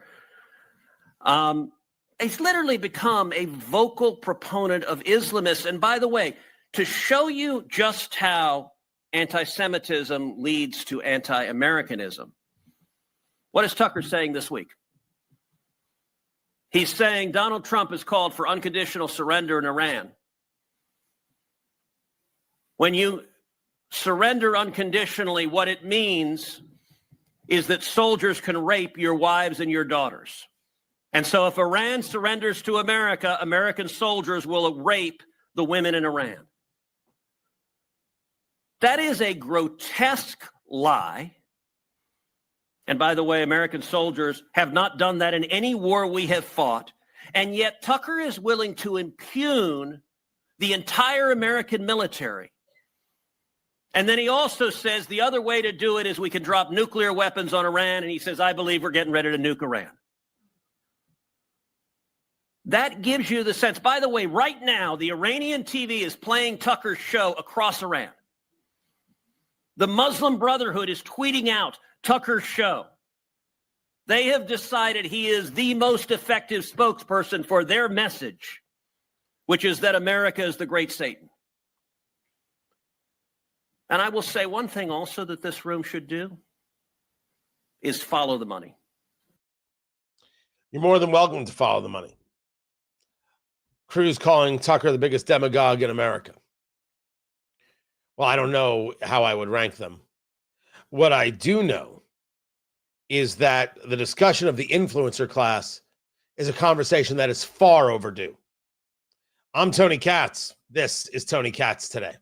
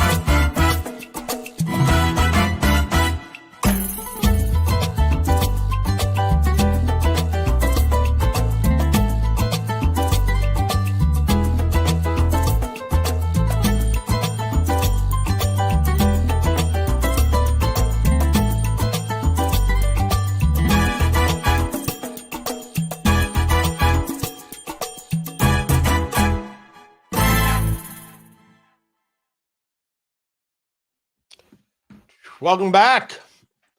I didn't take that off there. Sorry. There we go. Boom. So what are the odds, Producer Landon, that the White House briefing is going to start on time?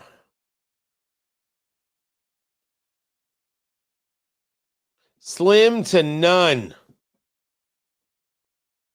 Understood.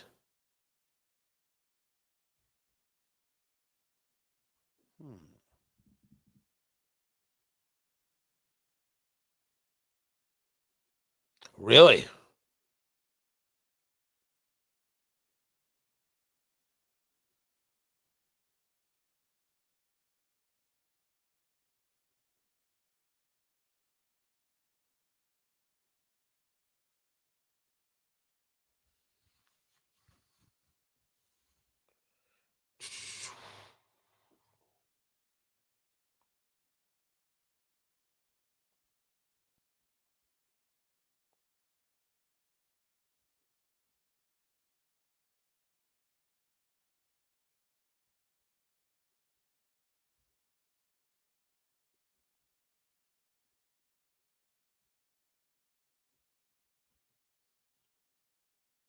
All right, what else? Yeah, so yes, there seems to be some bonus TK today because we're supposed to have the White House briefing at 2 p.m. We will see. We will see what we will see, what we will see.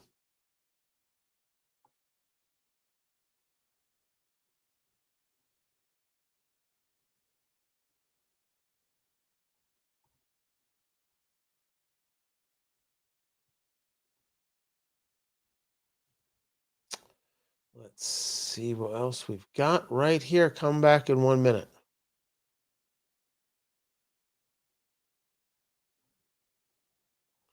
Ah, there we go. Now we got it.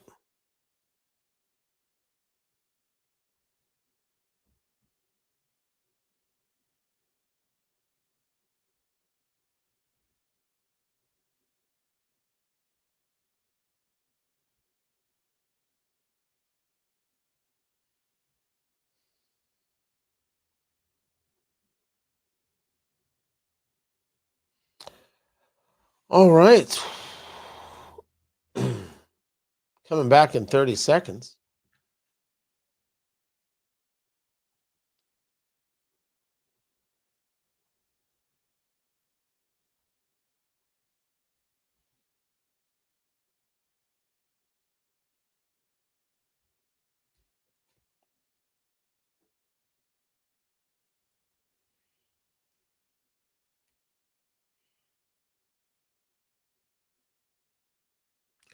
Just one moment of clarification. Clarity, maybe not clarification. I have no idea if Tucker Carlson gets paid or not from Foreign Nation. I have no idea if Tucker Carlson does X, Y, or Z in his own recreational time, and I am not making any allegation of the sort. I will discuss his commentaries and discuss the fact that he seems to be a much different guy, and I don't know why, but it's messed up stuff, and I'm going to say so. Why it's occurring? No clue. And any allegation that's made out there better have some level of proof. Better have proof. Otherwise, don't make the allegation. And I am making zero allegations. Same thing is true about Megyn Kelly. Same thing is true about Dave Smith. Same thing is true about Candace Owens. I have no idea. Zero allegations as to why.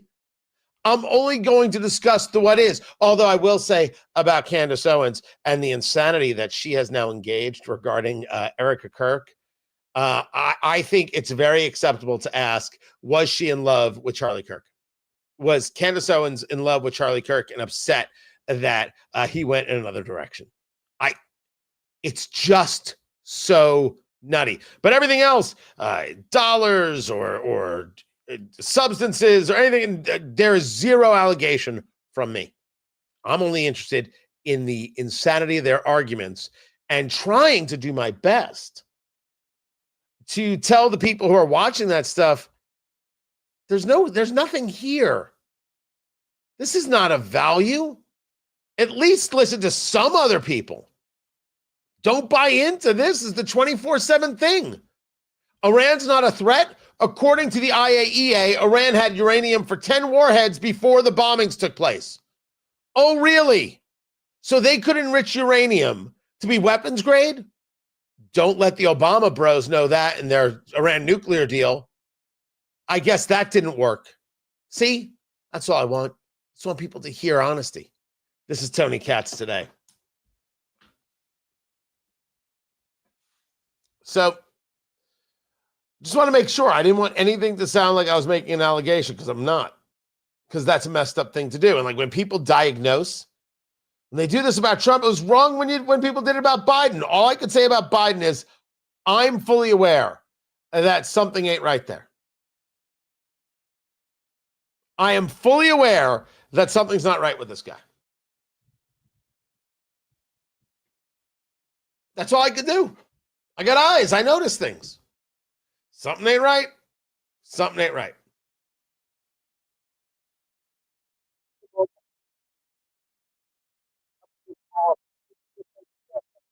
And Megan, I don't know about Candace. Well, maybe Candace. I don't know Dave Smith any other way. These people. I'll just stick with those three. Something very odd. So here's what's going on. We are in another break. Now, normally we leave it to the radio show and I head out at this time. But the White House briefing is supposed to begin at 2:00. So I want to bring you that. And that's the plan. So we'll take the break. Again, relax, smoke them if you got them. I often say this. I do mean it, by the way. And hang loose. We'll be back in a little bit. Keep it here.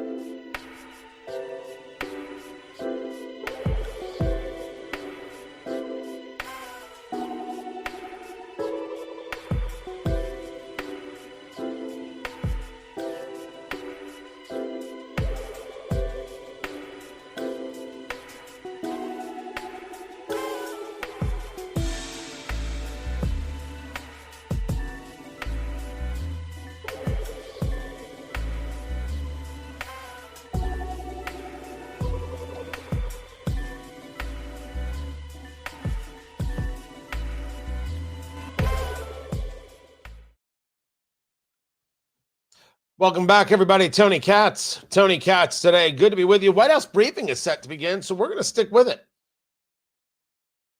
Try and get that to you. I have, you guys know that in addition to what I do here, I do morning radio in Indianapolis. So I do 6 hours of radio every day. In addition to that, I do a weekend show called Eat, Drink, Smoke, which is a cigar and bourbon radio review show, lifestyle show that's heard across the country. One of the things that we've been doing on the show and bringing back, we did some of this in 2025. I want to bring more back in 2026. So many, we talk about influencers, people, different cooking ideas, and really a lot of hacks. How can you use these 3 basic ingredients to create this fantastic cake or whatever it is? The ones that I find fascinating are the ones that involve the here's the standard yellow cake mix, and here's 2 things you can add to it and you create a whole new thing. What I dig about those, it's not the only thing I do. I've tried a lot of interesting recipes, a lot of grilling technique stuff, and some of it's nonsense. Some of it's just, silly. It doesn't really do anything. Some of it's been interesting. What I like about the yellow cake stuff is that I think it really does hit, and you could describe any, like they do with pudding mixes and stuff. It hits this large swath of Americans who don't see themselves as cooks, but wouldn't mind the idea of doing something for their family and don't necessarily have time or the dollars, but would like for it to be unique and be able to put a spin on something. So it I think it really connects. And I love that stuff because it allows people to be very honest about no, I don't want to spend on this. No, I don't have the time for that. But I like the idea of creating, let's go do something fun. And then there's the part of it, and the reason I love cooking at home so very much is that you can do it with the kids. And I can't think of anything that my wife and I may have done that could have been better for them than here's how you use a stove, here's how you crack an egg, here's how you cook, here's how you put food together, here's how you plate something, here's how you set a table, here's how you present, and doing that together has been life-changing for us as parents and for them as kids.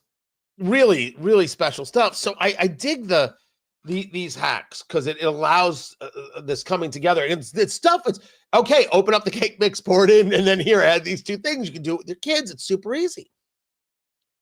And so this cake, you take the yellow cake mix. Anyway, this was Betty Crocker, and you add almond extract and ricotta cheese.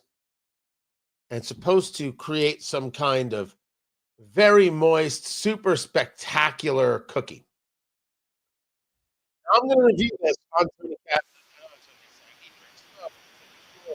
So listen to that this weekend. I just tried it. Maybe? Life-changing? No, but maybe. Anyway, we're going to be doing some more of that stuff. And now that the weather's good, bring on the grilling. Don't forget, defiancebeef.com. Use promo code EatDrinkSmoke to get $150 off your order. And if you want a deal of deals, reach out to me, Tony at TonyKatz.com. Might get 15% off a quarter beef, quarter of the cow. I can do that for you. First 3 people. Let's see what I can do. Let's start a radio show. Let's go, producer Landon. Day 11 of the war, and the White House is setting up to brief Tony Katz. Tony Katz today. Good to be here. Good to be with you.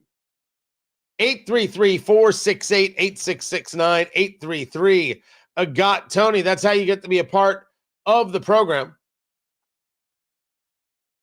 Pete Hegseth, he is the Secretary of War, as the kids call him. He was speaking earlier today at a briefing. The mullahs are desperate and scrambling. Like the terrorist cowards they are, they fire missiles from schools and hospitals, deliberately targeting innocents because they know their military is being systematically degraded and annihilated. Iran's neighbors, and in some cases, former allies in the Gulf, they've abandoned them.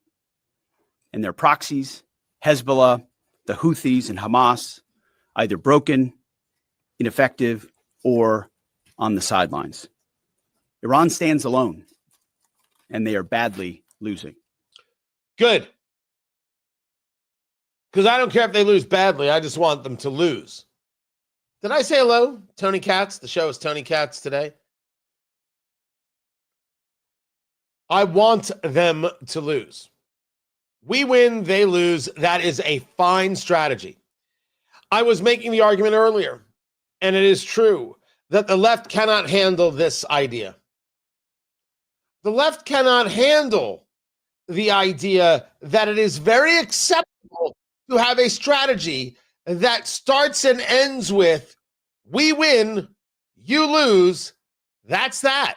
On day 10 of Operation Epic Fury, we are winning with an overwhelming and unrelenting focus on our objectives, which are the same as the day I gave my first briefing here on Operation Epic Fury. They're straightforward, and we are executing them with ruthless precision. One, destroy their missile stockpiles, their missile launchers, and their defense industrial base. Missiles and their ability to make them. 2, destroy their navy. And 3, permanently deny Iran nuclear weapons forever. It's a laser-focused, maximum authority mission delivered with overwhelming and unrelenting precision. No hesitation, no half measures.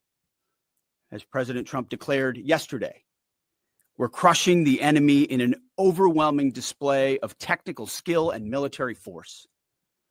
We will not relent until the enemy is totally and decisively defeated.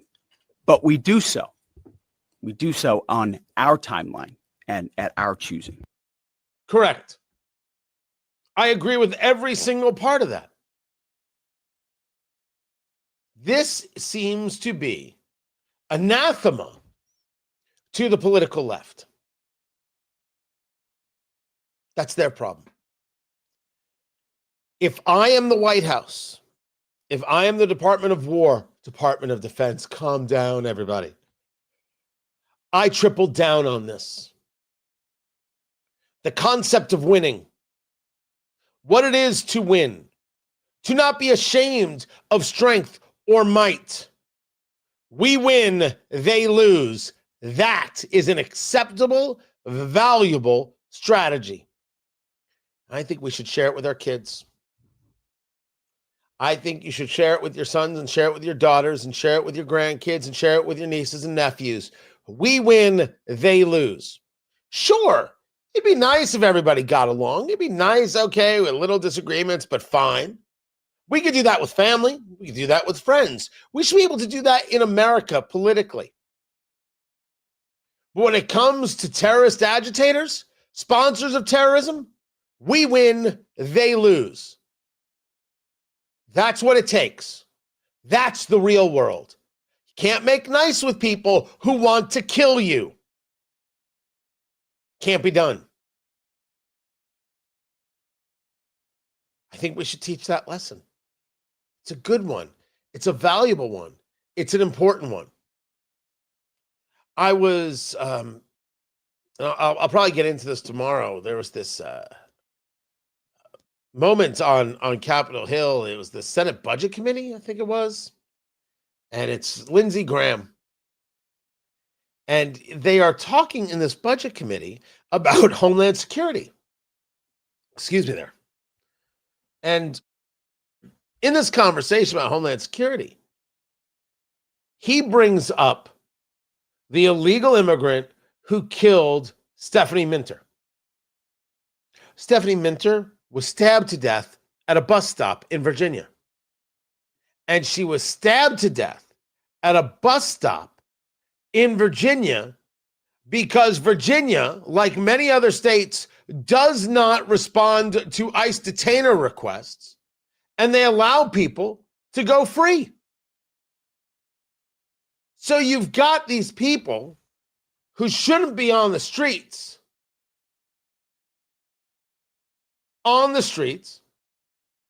engaged in acts of violence, A guy we knew who would be violent. They were warned, if you let this guy back on the streets, bad things will happen.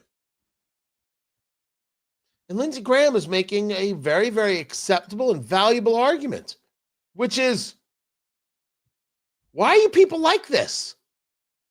Not the illegal immigrant in this case, but the political left, the Soros-aligned DAs and the rest. You guys are engaged in full-on violence against the American citizenry. What you support is nonsense madness. He's right. The removal of illegal immigrants from the United States is smart and valuable. It's important, and it should happen with more speed and regularity. We shouldn't, I discussed this as well. We should not stop what ICE is doing. We should triple down on what ICE is doing. Now, you want to change a tactic or two, knock yourselves out. You're not going to see me object as long as people are still being removed. We've seen removals out of New Orleans. No fighting back there from the populace. Other spots in the country, only Minneapolis. I'm surprised it actually hasn't grown in that regard. Winning. We keep the country safe by having legal immigration and a system to make that happen, knowing who's coming into the country and welcoming those people because they want to be Americans and live the American dream and engage the American way of life under American rules. We keep out the violence. We keep out the riffraff. We keep out the people who want to be takers and don't want to provide, don't want to give, don't want to contribute, don't want to be a part of. They think that they somehow could do whatever they want and you have to do things their way. I think we should say, screw them. They're not what we want. That is not valuable at all for the nation in any way. What should we do to people who sponsor terrorism? We should kill them until they stop. Now, we can't, I agree with Senator Rand Paul, and I'll get into that. Can't be everywhere, can't do everything, can't free every person on the planet. But people who are attacking us, harming us, we can do anything we want to them. I want to be left alone. People are like, we should just leave each other alone. Nothing will make me happier than being left alone. I have made the argument numerous times that the only things I'm interested are eating a steak, smoking a cigar, and having sex with my wife. And sometimes I'm not even in the mood for steak. Leave me alone. You think the Iranians were leaving us alone? If you believe that, not you. Let's talk about them. If they believe that, they're out of their minds. Out of their minds, because it's not true. It's provably not true. I think we should explain this to our kids. That winning is okay. That wanting to live with people and engage and everybody just being cool, calm, and collected, that is great and that's wonderful. But when someone is hurting you, we win and they lose. That is a very acceptable approach. I'm Tony Katz. This is Tony Katz Today.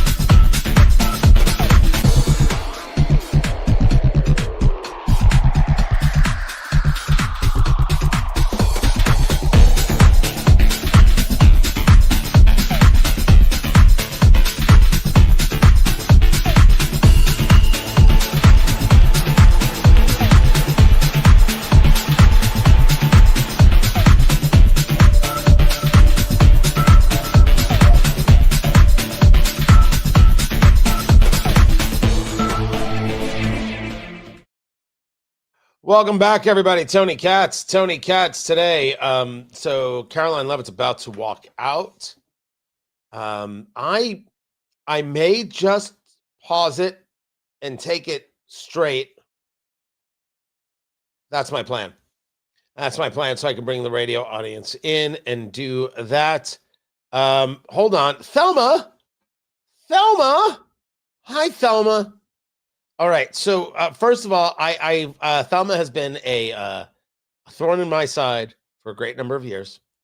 I do not know if Thelma's a real person or not. I do not know if Thelma is a nom de plume. I don't know. They're not okay with having illegal immigrants voting. My godson, why do you lie about this matter? There's no question that we have seen people registered to vote who are here illegally. There's no question that if you don't believe in voter ID, you want the opportunity for fraud. I have not lied about anything. You disagree with me, but I have facts on my side, and you have, well, that. So I need you to come stronger, Thelma. I'm glad you're here. Thank you so very much. And then there was another one. Oh, when are you going to fight in Iran for Israel? Well, no one is fighting in Iran. We are fighting Iran, and we're doing it from the air and from the sea and kicking their ass, which I'm sorry is upsetting you so much. But for the rest of the world, it is good. Get rid of the Iranian regime until they are all dead and let these Persian people be free. And, of course, let's start with no more terrorism being paid for. That's a good thing.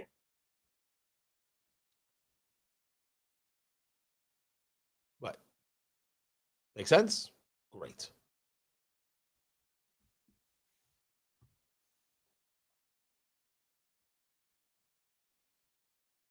The White House press briefing has begun. Caroline Levitt at the podium. Tony Katz. Tony Katz today. Good to be with you. Let's take it to the White House press secretary. Let's begin with some scheduling updates. Tomorrow, President Trump will travel to the great states of Ohio and Kentucky, where he will tout his economic victories and detail the administration-wide efforts to continuing lowering prices to make everyday life more affordable for working Americans. No, Indiana? The president will visit Thermo Fisher Scientific in Ohio and give remarks at Verst Logistics in Kentucky. On Thursday, President Trump and the First Lady will host a Women's History Month event in the East Room. And on Friday, the president will sign several executive orders, and we will provide more details on those later this week. As President Trump shared with the American people last night, the United States military is making tremendous strides towards achieving our military objectives for Operation Epic Fury. 10 days in, this campaign has been a resounding success thus far, and America's warriors are winning this important fight at an even faster pace than we anticipated. More than 5,000 enemy targets have been struck so far. Iran's ballistic missile attacks are down more than 90%, and their drone attacks are down by approximately 85% since the start of Operation Epic Fury. The United States is also annihilating the Iranian regime's navy, and we have destroyed more than 50 Iranian naval vessels, including a major drone carrier ship. None of the regime's vessels are operating in major regional waterways, and the Iranian navy has been assessed as combat ineffective. The trend is clear. U.S. combat capabilities are increasing and growing more lethal and dominant by the day, while the Iranian terrorist regime's ability to respond has rapidly declined. Now, the U.S. military is moving to dismantle Iran's missile production infrastructure. Our incredible B-2 bombers recently dropped dozens of 2,000-pound penetrator bombs on deeply buried missile sites. Last night, President Trump reiterated his commitment toward keeping oil flowing through the Strait of Hormuz so the United States and all of our allies can receive their energy needs. President Trump will not allow rogue Iranian terrorists to stop the freedom of navigation and the free flow of energy. Let me be clear. It is a good thing to wipe out terrorists who indiscriminately target civilians and attempt to hold the global economy hostage. And President Trump should be commended for doing so. As the president made unequivocally clear to the remaining elements of this terrorist regime in his statement yesterday, if they do anything to stop the flow of oil or goods within the Strait of Hormuz, they will be hit by the world's most powerful military 20 times harder than they have been hit thus far. Moving forward, the stated objectives for Operation Epic Fury remain the same. Destroy the terrorist regime's ballistic missiles, raise their Iranian missile industry to the ground, ensure their terrorist proxies can no longer destabilize the region, and ensure that Iran never obtains a nuclear weapon. President Trump remains confident these goals will be accomplished in swift fashion. As for the oil, President Trump fully expected the rogue Iranian regime to try and disrupt the global markets. That's why President Trump and his energy team have been planning for this long before the strike and have moved quickly to address these temporary disruptions. Thus far, the Trump administration has offered political risk insurance to tankers operating in the Gulf. The Treasury temporarily waived certain oil-related sanctions, and the commander-in-chief has offered the U.S. Navy to escort tankers when necessary.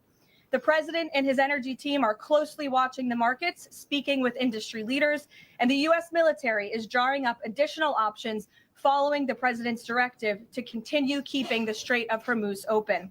I will not broadcast what those options look like, but just know the president is not afraid to use them. Rest assured to the American people, the recent increase in oil and gas prices is temporary, and this operation will result in lower gas prices in the long term. Once the national security objectives of Operation Epic Fury are fully achieved, Americans will see oil and gas prices drop rapidly, potentially even lower than they were prior to the start of the operation. And we will live in a world where Iran can no longer threaten the United States or our allies with a nuclear bomb. On another matter here at home, President Trump is urging Congress to pass the Save America Act, one of the most critical pieces of legislation in our nation's history. The Save America Act is overwhelmingly popular with all Americans because each provision is rooted in common sense.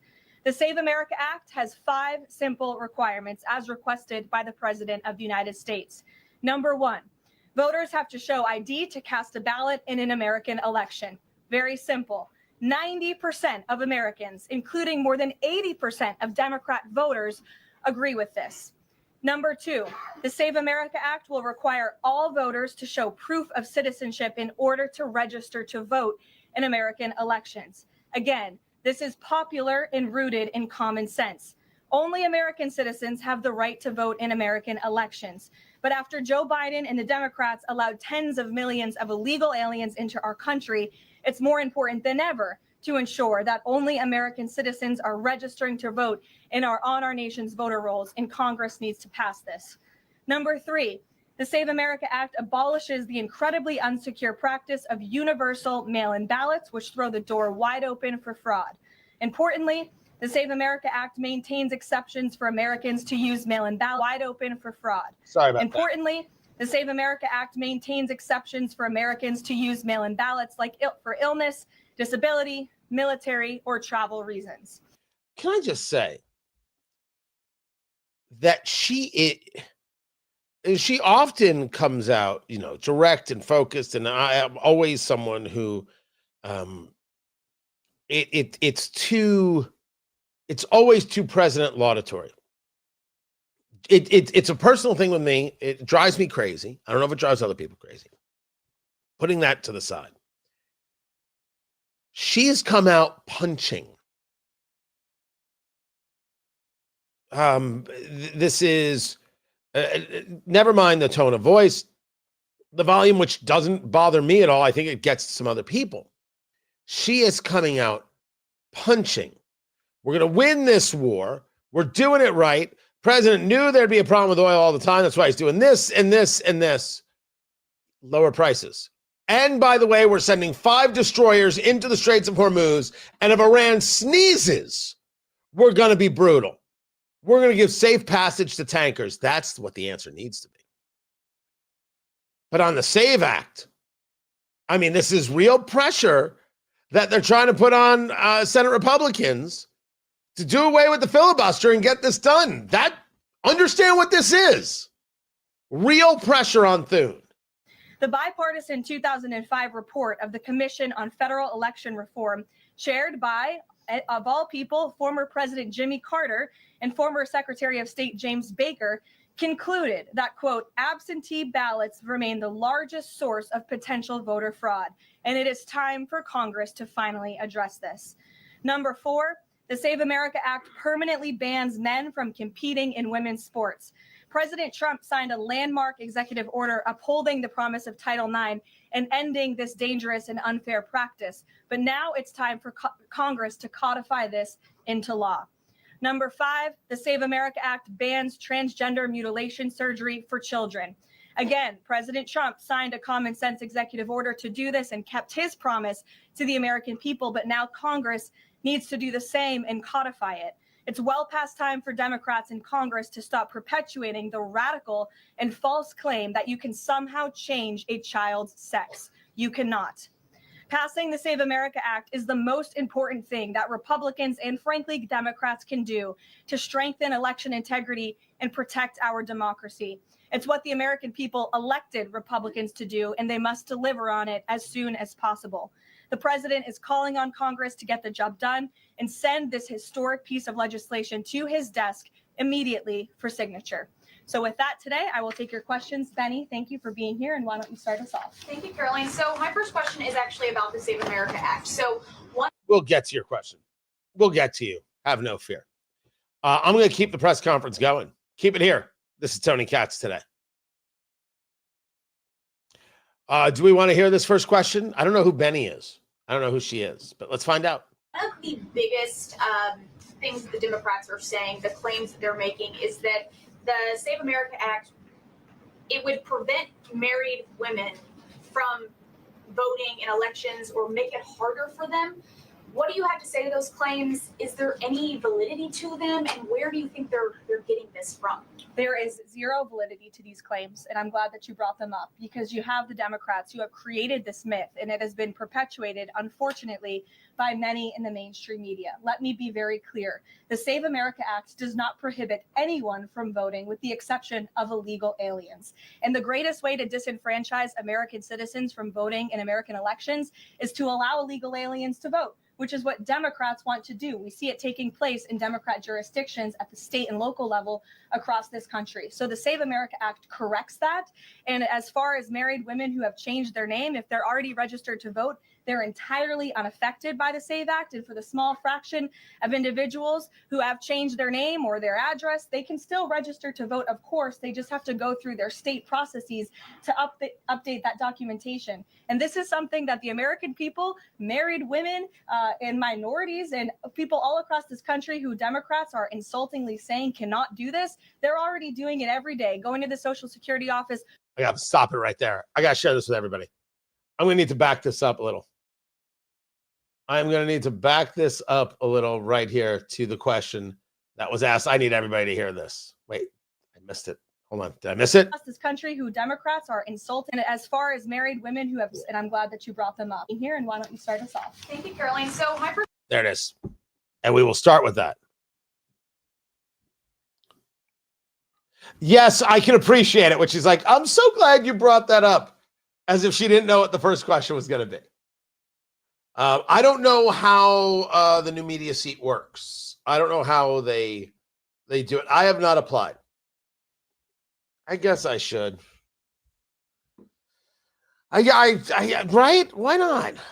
Guess I should, but I'm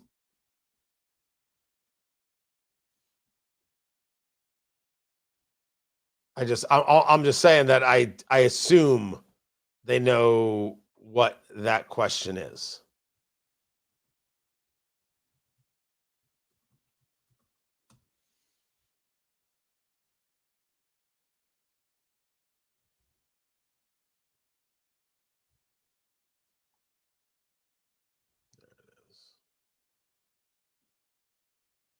All right, so we're waiting on her.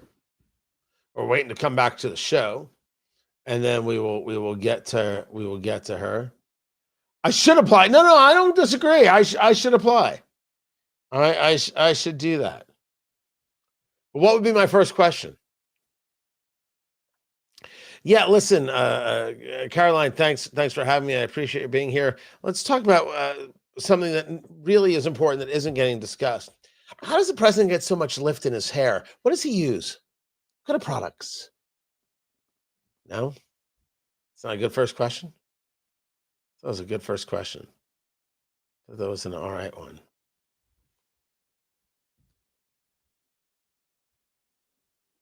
Caroline, let me ask you a question. Now you've been doing this job for over a year. Are you amazed that Karine Jean-Pierre had such a hard time with it? No? Okay, let's try that one. I always gotta give him this. Let's see. You work on some good first questions for me. We'll see. Let's see how I get kicked out of the briefing room.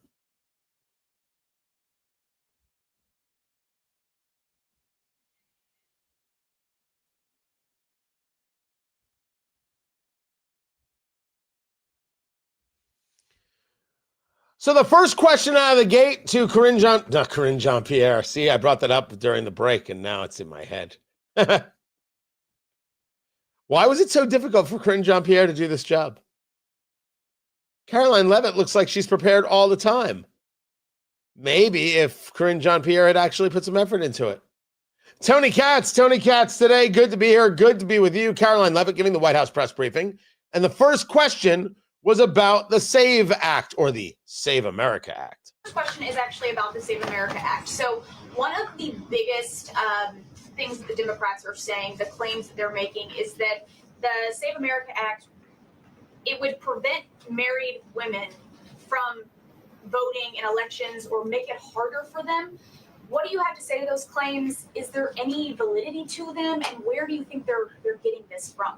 There is zero validity to these claims, and I'm glad that you brought them up, because you have the Democrats who have created this myth, and it has been perpetuated, unfortunately, by many in the mainstream media. Let me be very clear.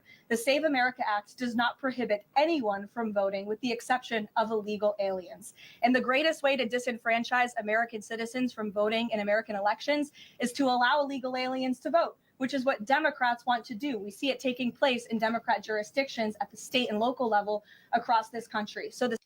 And that is true. We have had people go to jail for it, people be charged with it, all sorts of things about ballot issues and registration issues. Let's not deny that it's happening. Tony Katz today. Good to be here. Good to be with you. I forget sometimes if I say hello, so I like to make sure I go back and do that. But then Caroline Leavitt gets into, do we all understand how this works and what this means? And this idea that women won't be able to vote is just silly. Save America Act corrects that.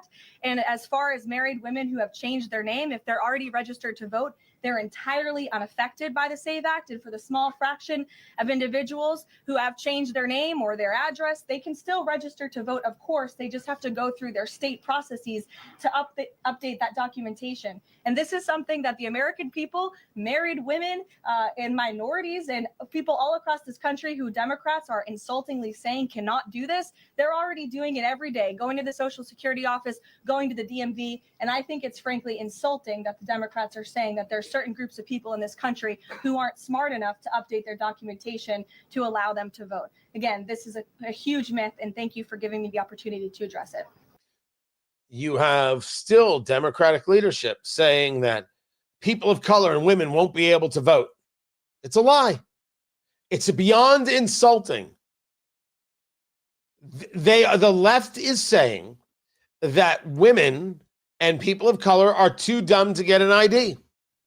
It is embarrassing. It is pathetic. It is what it is.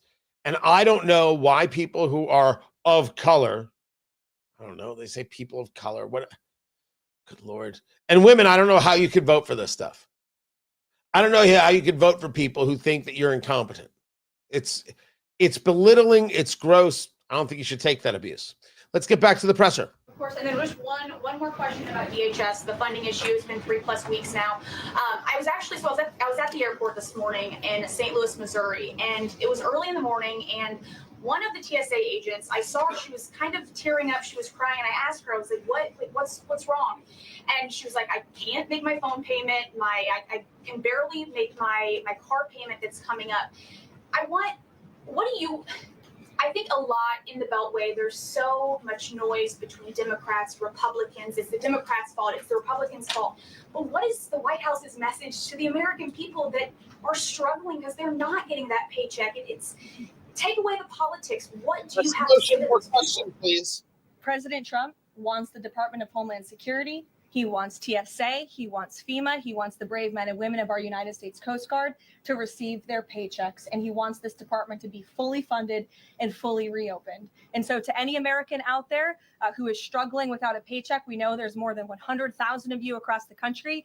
To any American out there who is showing up to an airport and facing incredibly long wait times and lines, call your Democrat member of Congress and tell them to fund the Department of Homeland Security. That's what President Trump wants to do. And it's completely ridiculous that the American people are suffering as a result of these partisan games that are being played. Go out there, talk to the people online, bring them a drink, tell them you're sorry they have to suffer it, blame Democrats for it right in front of the people. Fight proper. So look, as you know, Steve, the president and the U.S. military's initial timeline was about 4 to 6 weeks to achieve the full objectives of Operation Epic Fury. Again, to destroy their missiles and their ability to make them, destroy their Navy, permanently deny them nuclear weapons forever, and to, of course, weaken their evil terrorist proxies in the region. We know that the U.S. military and our brave warfighters are quickly and expeditiously executing these objectives well ahead of schedule. But ultimately, the operations will end when the commander-in-chief determines the military objectives have been met, fully realized, and that Iran is in a position of complete and unconditional surrender, whether they say it or not. Does the president still want Iran's unconditional surrender? Well, when President Trump says that Iran is in a place of unconditional surrender, he's not claiming the Iranian regime is going to come out and say that themselves. What the president means is that Iran's threats will no longer be backed by a ballistic missile arsenal that protects them from building a nuclear bomb in their country. I could make an empty threat, but if I have no actions to back it up, then it's an empty threat. And so President Trump will determine when Iran is in a place of unconditional surrender, when they no longer pose a credible and direct threat to the United States of America and our allies. Adriana. Can you explain why the Energy Secretary posted and then appeared to have deleted a post on X saying that the U.S. Navy escorted an oil tanker through the Strait of Hormuz? Yes, I was made aware of this post. I haven't had a chance to talk to the Energy Secretary about it directly. However, I know the post was taken down pretty quickly, and I can confirm that the U.S. Navy has not escorted a tanker or a vessel at this time, though, of course, that's an option the president has said he will absolutely utilize if and when necessary at the appropriate time. And if this was something that was posted erroneously, could it be because of a staffer? What, I guess, will there be any consequences for this? I know you still have to consult, but just generally speaking. Again, I would defer you to the Department of Energy to answer that question. And if I could just follow up really quickly. Sure. In terms of oil sanctions, the president said that there would be some sanctions that would be lifted. Would those be on Venezuela, Russia? Could you give some specifics there and then timing for that as well? Sure. I know it's something that the Treasury Department and the president's energy team continue to discuss, and they will ultimately consult with the president before decisions are made. I don't have any announcements on new sanctions or the lifting of new sanctions for you today. Alex. Thank you. Venezuela is where the oil reports come that from. about 150 U.S. Service members have been injured so far. Can you confirm that number and elaborate on that? I can't confirm the exact number. I know it's within that ballpark, but I would defer you to the Pentagon for a specific number of wounded or injured thus far. And then secondly, if I can, I wanted to ask about, there was a briefing on the Capitol Hill today, and some senators came out and said they were more convinced than ever that there would be U.S. boots on the ground. Senator Blumenthal said that, in fact. Your reaction to that and any update on President Trump's thinking about it? Look, I would say that Democrats on Capitol Hill are clearly being quite disingenuous. 3 years ago, not a single Democrat voted for the against the resolution condemning Iran as the world's leading state sponsor of terror. Yet now, with President Trump as commander-in-chief finally taking the action that so many Democrats have called on the commander-in-chief to do for many, many years, to wipe out the threat of a rogue Iranian terrorist regime, now all of a sudden Democrats are playing politics with this long-standing bipartisan policy of the United States, and 53 of them in the House recently voted against the resolution condemning Iran as the world's state sponsor of terror. So I wouldn't take Democrats at their word. As for boots on the ground, the president has talked about this repeatedly. Wisely, he does not rule options out as commander-in-chief. So again, I would hesitate to confirm anything that a Democrat on Capitol Hill says right now about the president's thinking. That is correct. Because the clear argument is going to be political. Oh, I know what the president's going to do. No, you don't. No, you don't. Back to the press conference with Caroline Levitt. Caroline, to Steve, the military components of what would be involved in ending this war, but it seems like there's a political component too. The president said to Fox earlier today he doesn't believe the new Ayatollah can live in peace. He made a variety of comments suggesting that he should be involved in picking the new Iranian leader. Is the ending of this war also contingent on Iran selecting a leader that the president finds acceptable? And if so, how is that not the definition of a regime change war? Look, as President Trump has blatantly and frankly stated, it's obviously within the best interest of the United States and the West to no longer have a radical terrorist in charge of Iran, especially as we see their reaction to Operation Epic Fury. They had their missiles turned towards our Gulf and Arab partners in the region. Again, this was a regime that chanted, or still chants, death to America. We look at the way that they are holding the entire world hostage with the restricting of the free flow of energy through the Strait of Hormuz. So the president, I think, is making quite an obvious comment. Again, as for the timeline of the military operations with respect to Iran, we have objectives that we have laid out that the commander-in-chief wants to see achieved. When they are achieved, then it will ultimately be up to the president to end this operation. Okay, so I think you're not exactly addressing my question, though. Is that political objective also necessary for the president to decide to end this war? Look, again, I just told you the objectives of Operation Epic Fury. When those objectives are met, the president will dictate the end of these operations when he deems that Iran no longer poses a credible threat to the United States of America. So is the question being asked about trying to get it to be political? So now you give cover to this is all just politics. This is all just wag the dog. It's all about the Epstein files or some other insanity. Where Caroline Levitt shines and is way above her age is being able to suss that out and not being able to be taken off task. It's very impressive stuff. For her age, very impressive. Very good stuff. More to get to. I'm Tony Katz. This is Tony Katz Today. All right, so radio show is in break. I want to keep going with this, if you don't mind. If I want to share something with the radio audience, I will. Let's keep going. And again, it goes back to what does that unconditional surrender look like? Iran can talk all they want, and their words will be very empty when we've completely annihilated their navy, as we are doing, when we've taken out the threat of their ballistic missile capability, when we can finally ensure that they can no longer make a nuclear bomb to threaten the United States and our allies and our troops in the region. And that's what President Trump is ultimately seeking to do with respect to this operation. Jennifer. There was a shooting outside of a synagogue in Baltimore. Do you know if the president has been briefed on that? And do you have any more details on what happened? I don't, but we certainly will get you more details, Jennifer. And I don't know if the president is briefed, but I'll check on that when I get back to the Oval Office after this. Sure. Thanks, Caroline. The president said yesterday for the first time that he had to strike Iran because he believes that Iran was going to strike U.S. targets within 7 days. And then he bumped that down later to 3 days. Where is he getting that? Well, that's not the first time the president has said that he chose to launch Operation Epic Fury because he felt as though Iran was going to strike the United States and our assets in the region first. Again, I addressed this in the last briefing. This was a feeling the president had based on facts provided to him by his top negotiators who had been engaged with the Iranian regime in a good faith effort. The Iranian regime was lying, deceiving the United States of America, clearly trying to continue their nuclear program to create a bomb that would, of course, threaten the United States of America.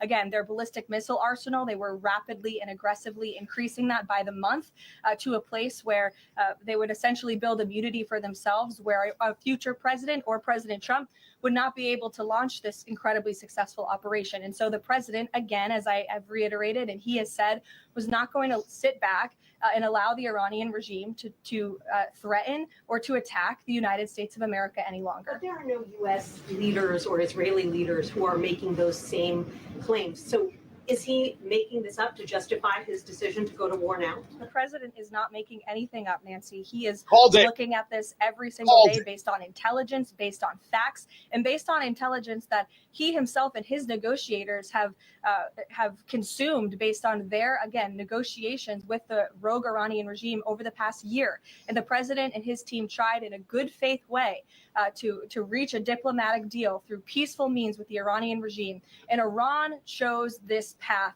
to death and destruction. Iran wanted to attack the United States of America, and the president was not going to sit back and allow that to happen. He was not going to sit back and allow that to happen, and everyone in this room should be grateful for it. John. Thanks a lot, Caroline. Two questions for you. One has to do with a follow-up to your statement that you made at the beginning of the briefing regarding the Save America Act. Sure.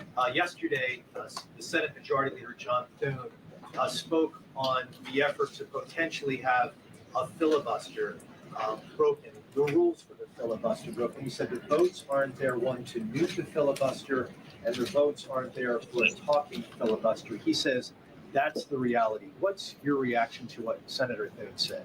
Look, I think President Trump, the urgency behind his need to pass the Save America Act and his desire to get this country-saving legislation passed has been made quite clear. He wants all options on the table, and he wants the Senate to move as quickly as possible through whatever means necessary. And then secondly, just regarding the president's trip tomorrow, looking ahead, why Ohio and why Northern Kentucky?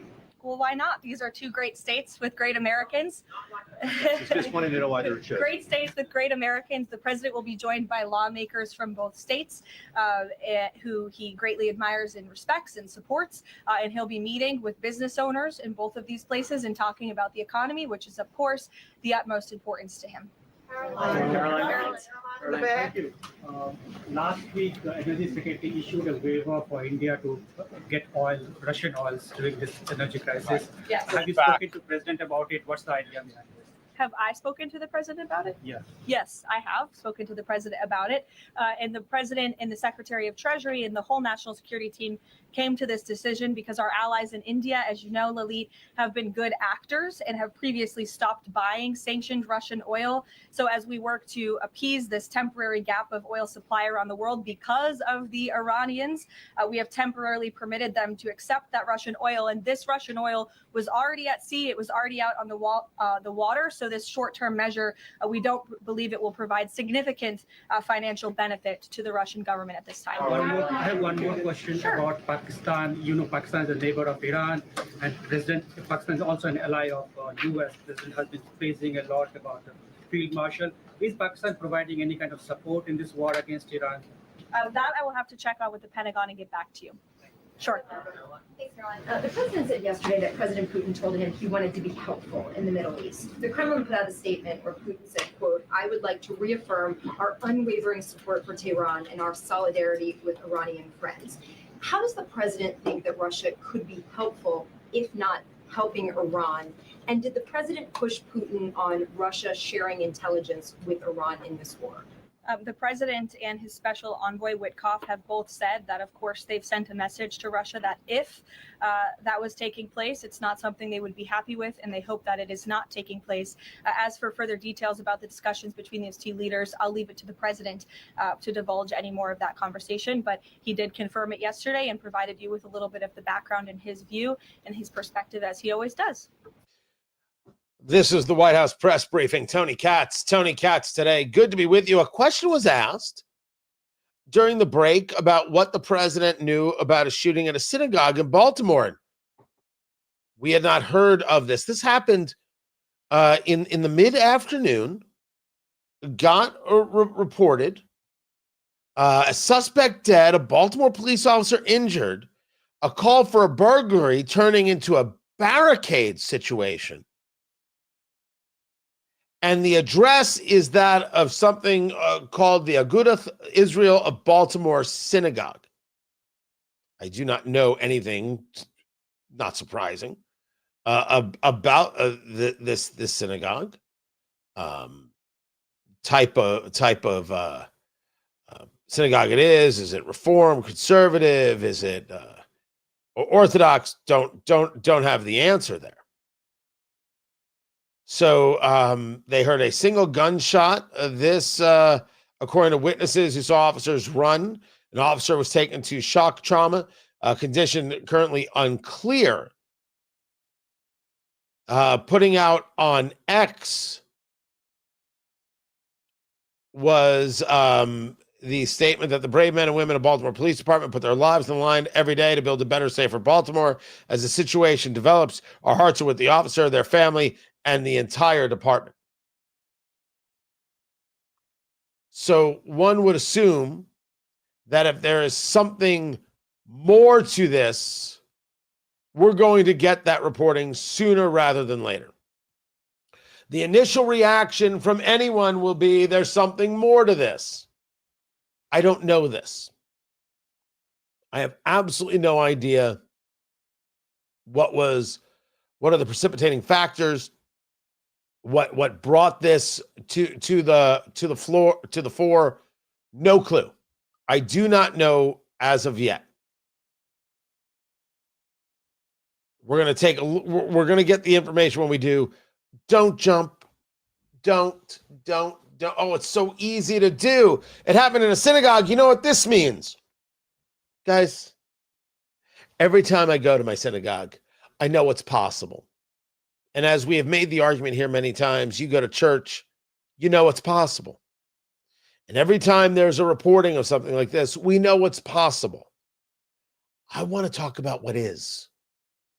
The minds can race on what's possible. People get clicks on what's possible, but we have a name for those people. We call them scumbags. So let's not be the people who engage in the what's possible. Let's engage in the what is. This is what we know right now. And I don't have a single bit of information that shows that this was targeted, that shows this involved people who were Jewish, or whether people in the synagogue. I don't have anything about this. Do I have to question whether or not there's bigotry out there, whether there's anti-Semitism out there globally? Switzerland saw a 36.9% rise in online anti-Semitism in 2025 alone. We're all aware of that. Let's get information before we start sharing subjects, all right? Find everything at TonyKatz.com. Tomorrow, everyone, take care. Guys, the full 3 hours. I don't always do that with the live stream. I do not always do that with the live stream. That's pretty nutty right there. Appreciate you guys being here like you wouldn't believe. Don't forget to subscribe. If you would do that, I'd appreciate it. Subscribe over there at the YouTubes. It's a cool thing. All the cool kids are doing it, you know. And if you do it, most probably later today, you're going to get lucky. Going to get lucky. So, not you, producer Landon. Other people. That's you understand? That's the way it goes. It's just science, producer Landon. Just science. Guys, I appreciate you so very much. Can't thank you enough for being here. I will catch you all tomorrow. Be good. Catch you later.